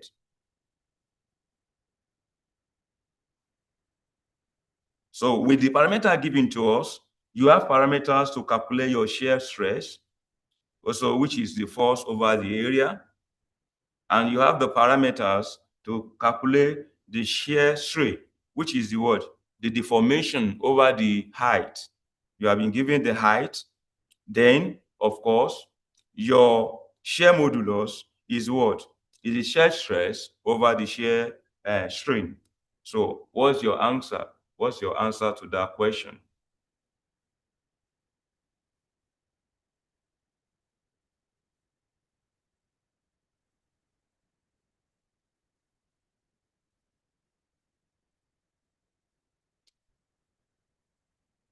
I'm waiting.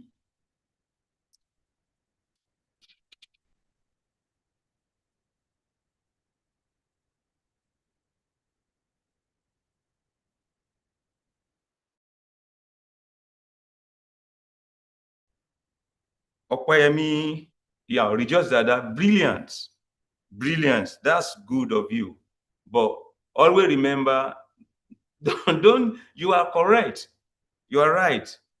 But always remember to put the unit. Whenever you are doing any calculation in physics, always remember to put your unit. It seems you deleted out your response. It seems you are not sure. But I'm assuring you that you are right. Is 1? Okay, yeah. So you are right. But the only thing that you have not done is your unit. You didn't put your unit. So be mindful of that. Now, let me call the second code, attendance code for today. The second attendance code for today. YHQ V3. YHQ V3. YHQ V3. Please, someone put it on. Let me see if you get what I'm calling out so that.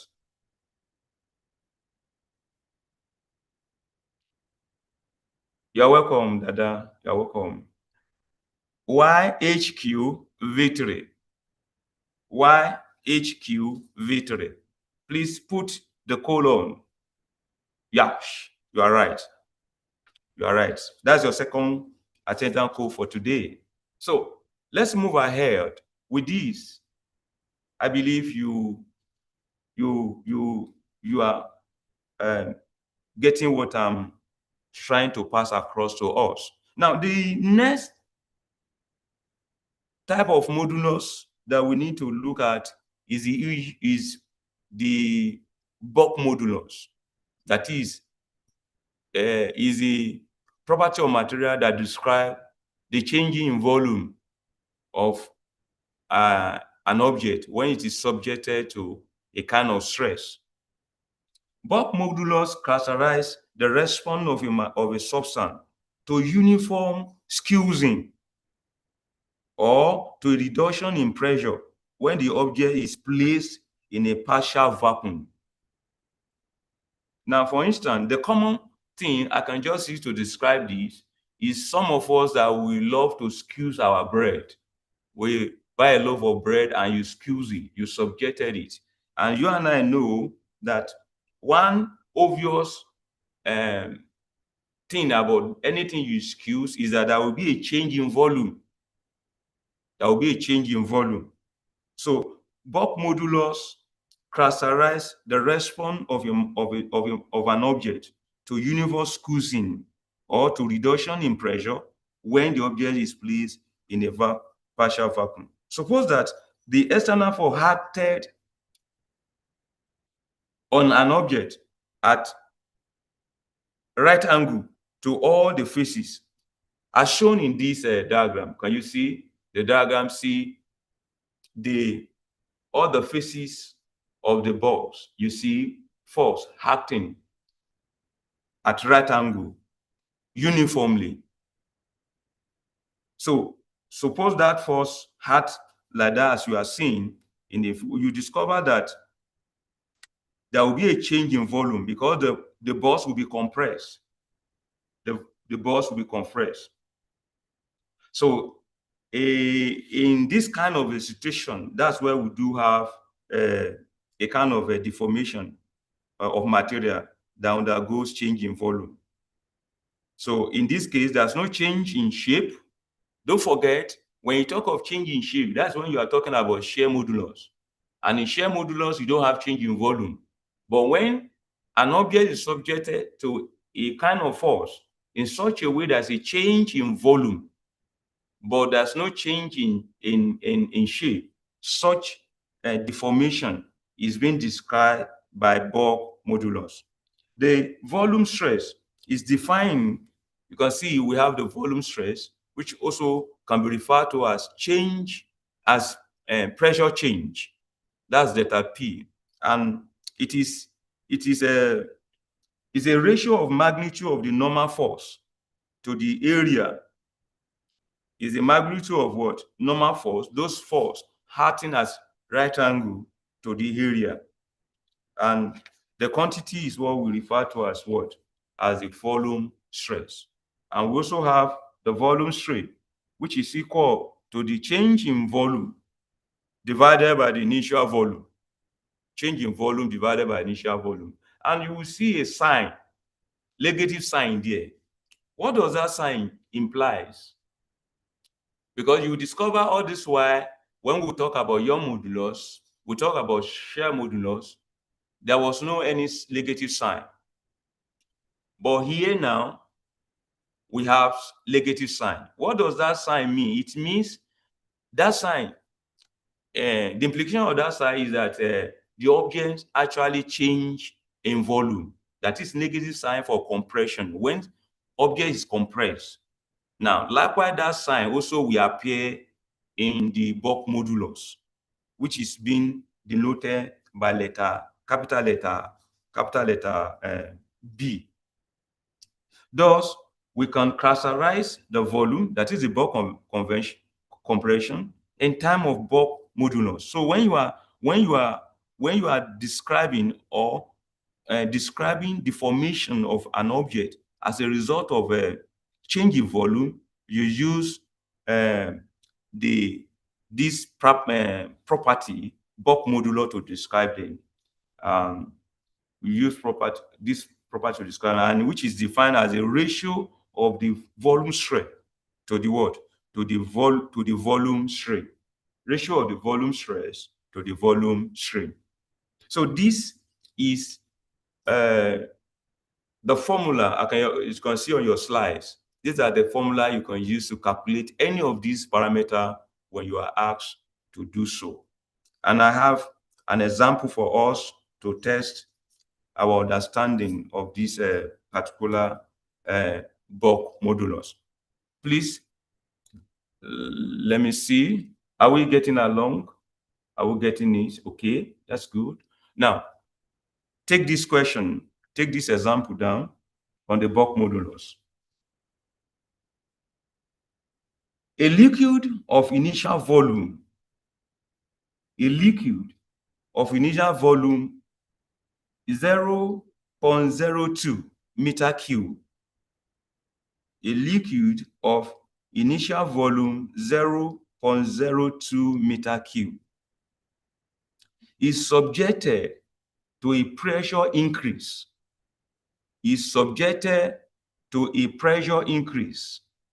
Of 5.0 times 10 raised to the power 6 Pascal. I take it again. Is subjected to a pressure increase of 5.0 times 10 raised to the power 6 Pascal.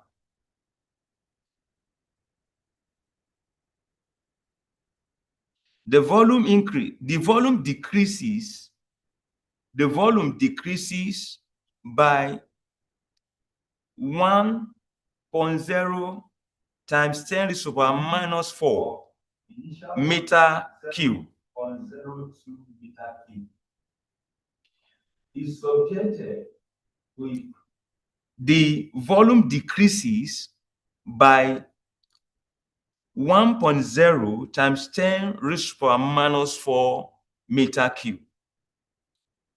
Calculate the volume strain and the bulk modulus. Calculate the volume strain and bulk modulus. Please, I'm waiting for your response. Can you do that calculation now? The initial volume of the liquid happened to be 0.02 meter cube. There was this increase in a pressure of 5.0 times 10 raised to the power 6 Pascal. And the volume increase, and the volume decreases. The volume of that object decreases. The volume of that liquid decreases by 1.0 times 10 raised to the power minus 4 meter cube. So what is the strain and what is the bulk modulus for that object? What is the strain? What is the bulk modulus for that object? Please, I'm waiting for your response so that we can move ahead this morning.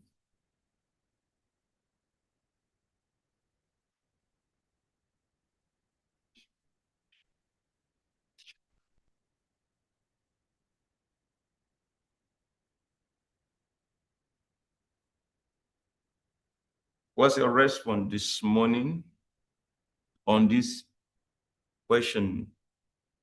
Rejoice Dada, Opayemi Salusin, David Sunday. Oh, brilliant. I can see Gabriel Akinlolu also has joined us. I can see your chart. Yeah. What's the strain? What's the volume strain for that object? And what's the bulk modulus?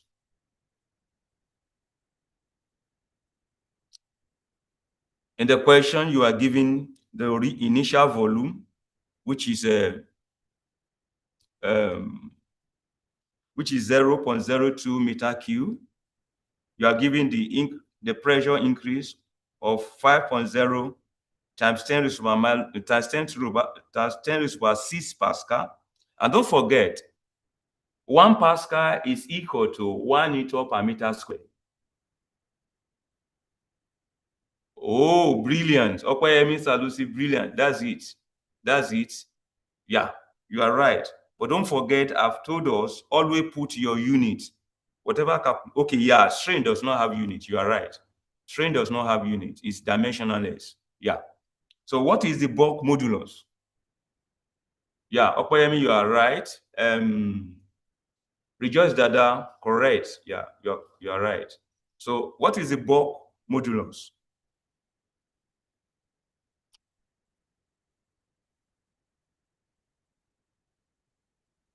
The bulk modulus, I'm waiting for your response on that.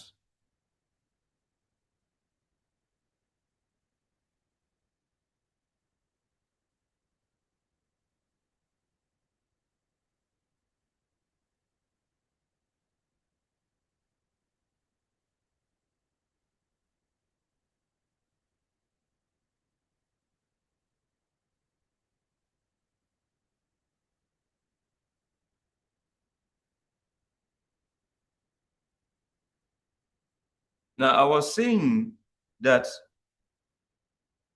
either you are giving your force in Pascal or in Newton per meter square. Remember that 1 Pascal is equal to 1 Newton per meter square. So don't be confused by that. And also, whenever you are given a question, be mindful that those units you work in the correct unit, so that you won't run into a problem. Like for instance, in your test or your exam, some of these dimensions, like the volume or the length or whatever, depending on the kind of question you are being asked to work on, either on your modular or on shear modular or bulk modular, depending. So it is possible that you may not be given those units in those parameters in meter. So you should know that you work with the fundamental unit so that you can get the correct answer. Please, what is the bulk modulus for that particular object with that force acting on the, with that pressure acting on it? I'm waiting.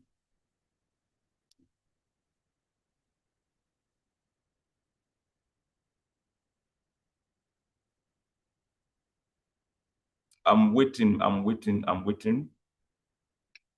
So it's as if you are working on it. When you get it, you can post it. Let's continue with our class. So now, let's look at another thing. Elastic modulus or materials. Elastic modulus or material. In this table that you are seeing, you see that we have different kind of material with values for each of these type of modulo. Each type of these modulus, you see Young modulus, shear modulus, and bulk modulus. For instance, the value for the Young modulus, the value of Young modulus for brass is 11 multiplied by 10 to the power 10. The shear modulus for brass is 3.5 times 10 to the power times 10 to the power 10, and while the bulk modulus is 6.1 times 10 to the power 10, or a meter per meter square. But it is clear, if you look at this table very well, you discover that the bulk modulus is actually greater than Young modulus and followed by shear modulus. And Young modulus is greater than the shear modulus for most of these material. You discover the bulk modulus, the value of bulk modulus is more than that of Young modulus.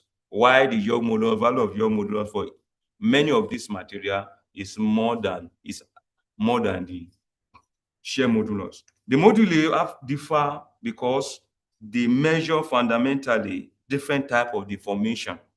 So they differ because they measure different type of deformation, each involving different atomic scale restoring force and geometric constraint. I take that statement again. The moduli differs, you can see the different value. They have different value. Differ because they measure fundamentally different type of deformations, each involving different atomic scale returning force. Don't forget, in our early we talk about returning force that restore the material back to its original size or its original shape. So now, this modulus value differs because they measure fundamentally different type of deformation, and each having different atomic scale returning force, each involving different atomic scale returning force and geometrical constraints. So for instance, you are asking your question in an objective question, because it is not all your question that will be calculation. And that's why I say you should pay attention to all this explanation and put some little jotting down, so that whenever you come across any kind of question that is asking some principle behind some things, you'll be able to respond and pick a right answer. Now, okay.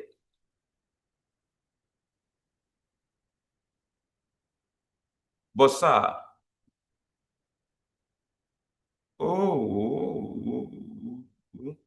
you are asking question that what? Opalemi Sanusi, Bob Moduno is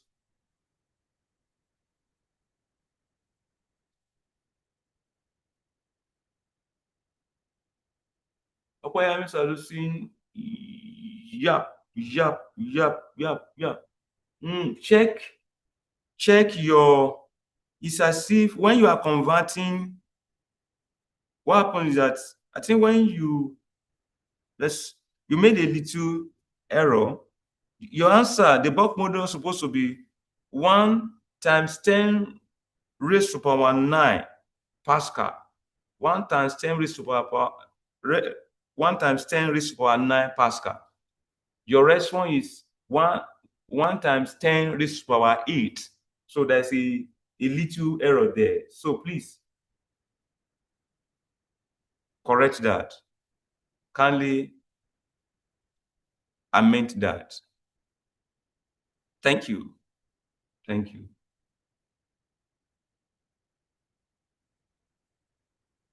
Okay, someone is asking this and this, which one is correct? Okay, this one, which one is correct? It's saying, Rejoice Dada said 5 times 10 raised to power minus 3 and 0.05 is not the same thing. Which one is correct? You are right, they are not the same thing. So let me see which one is now correct. The correct one is 5 times 10 raised to power minus 3 is the correct answer. And that is Rejoice Dada. Rejoice Dada response is the correct answer. Opayemi Salusi, please kindly check your answer. It's as if you made a little mistake. Your response correct answer is 0.005. It's 0.005. It's 0.005, which is the same thing as 5 times 10 raised to power minus 3. Okay, thank you. Now, I will soon call our last code for today. I think I should even call it straight away, because so that we can submit, you can submit your attendance before the system log you out. So I will call the code, the next code for today, the last code for today attendant. And please, once you get it, please kindly submit your attendance. Please kindly submit your attendance. Please kindly submit your attendance once you get the code. Here's the last code for today. K5GE3. K5GE3. K5GE3. K5GE3. And please submit your attendance and let me know if you are successful. If it is not successful, so that I can quickly call on the experts here that they can help us out. Yes, you are right, Okoyemi Salusi. K5 GE3. K5 GE3. So please submit your attendance for today and let me know maybe you are successful or not, so that if we need help here, we can quickly call on the expert to help us out. So submit your attendance now and let me hear your response.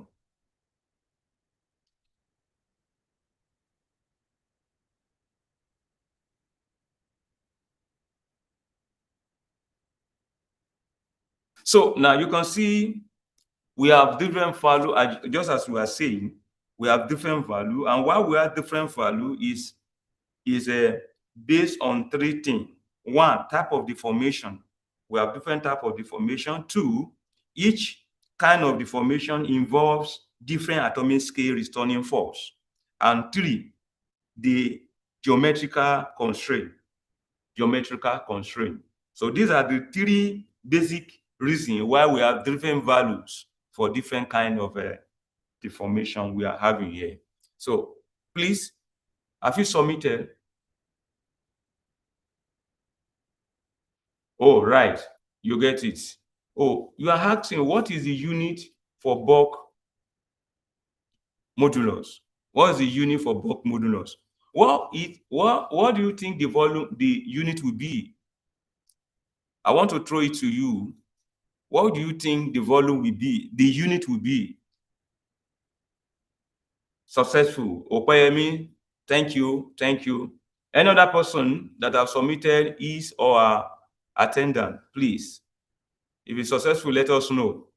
So if it's not successful, so that we can quickly call the attention of the expert that is here to help us out. Any other person? Rejoice Dada, please. Gabriel.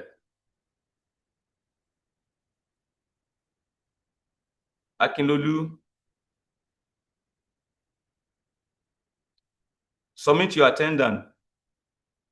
Let me hear your response on that. Rejoice Dada.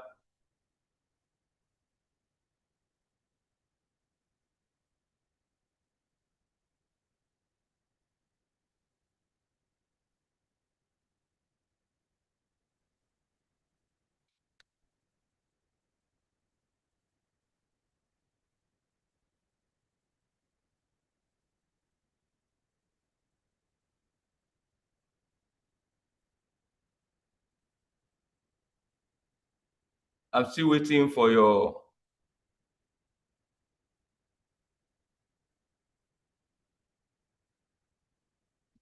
Okay, done. That's good. Gabriel Akinlolu. Yeah. Someone is asking a question. He said, what is a unit for bulk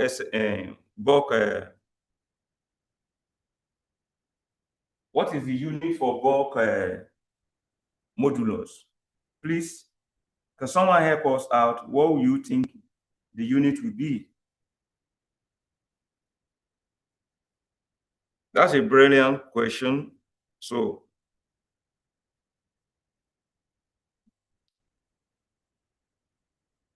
Opayemi Salusi said the unit is Pascal because the meter cube has been cancelled out.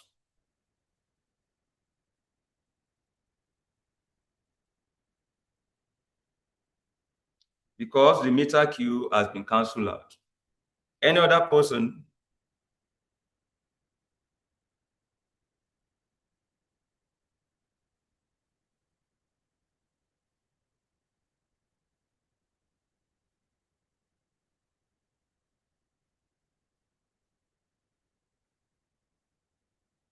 Any other person, please? I'm waiting for your response. And I can only see two people that have indicated that this thing,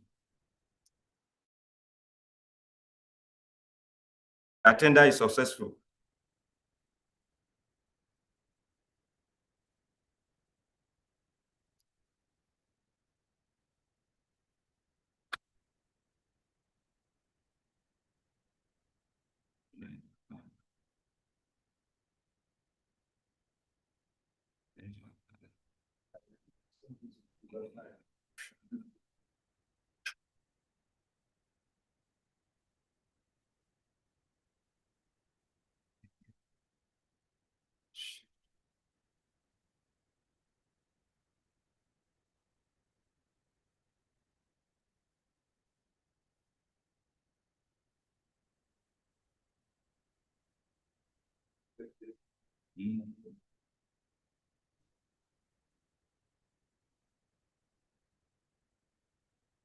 Yes.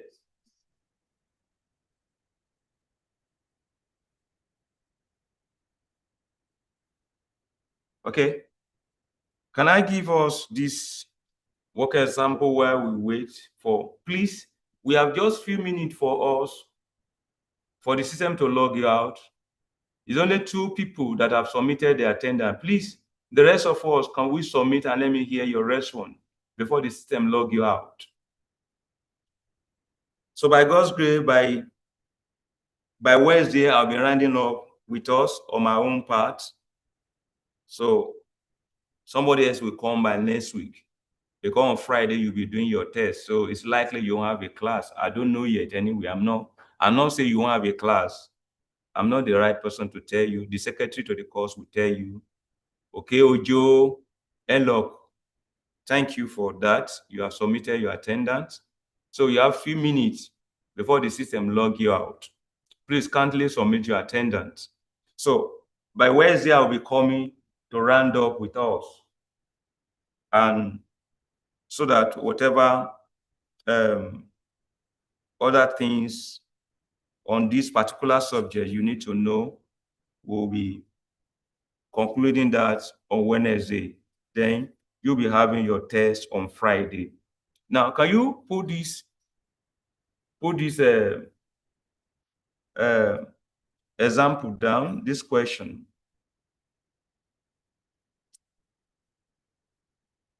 A solid experiences a uniform pressure increase of 2 times 10 raised to the power 7 Pascal. A solid experiences a uniform pressure increase of 2 times 10 raised to the power 7 Pascal, and a volume strain of 2.5 times 10 raised to the power minus 4. A volume strain of 2.5 times 10 raised to the power minus 4. What is the bulk modulus? What is the bulk modulus? What is the bulk modulus? You can use that one to, you can work on that on your own. So on Wednesday, we'll be meeting by God's grace to round up my own part. I believe I've not wasted your time this morning. Were you able to pick one thing or the other? Can I hear your response? Hope I didn't waste your 1 hour this morning. Hope I didn't waste your time this morning. Any response to that? Yes. Thank you. So, do have a wonderful day. See you on Wednesday. Thank you.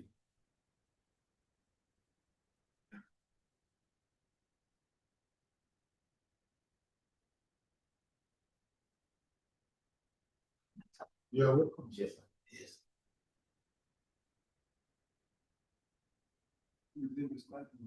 Yes, sir. That will be the last part. 3,024.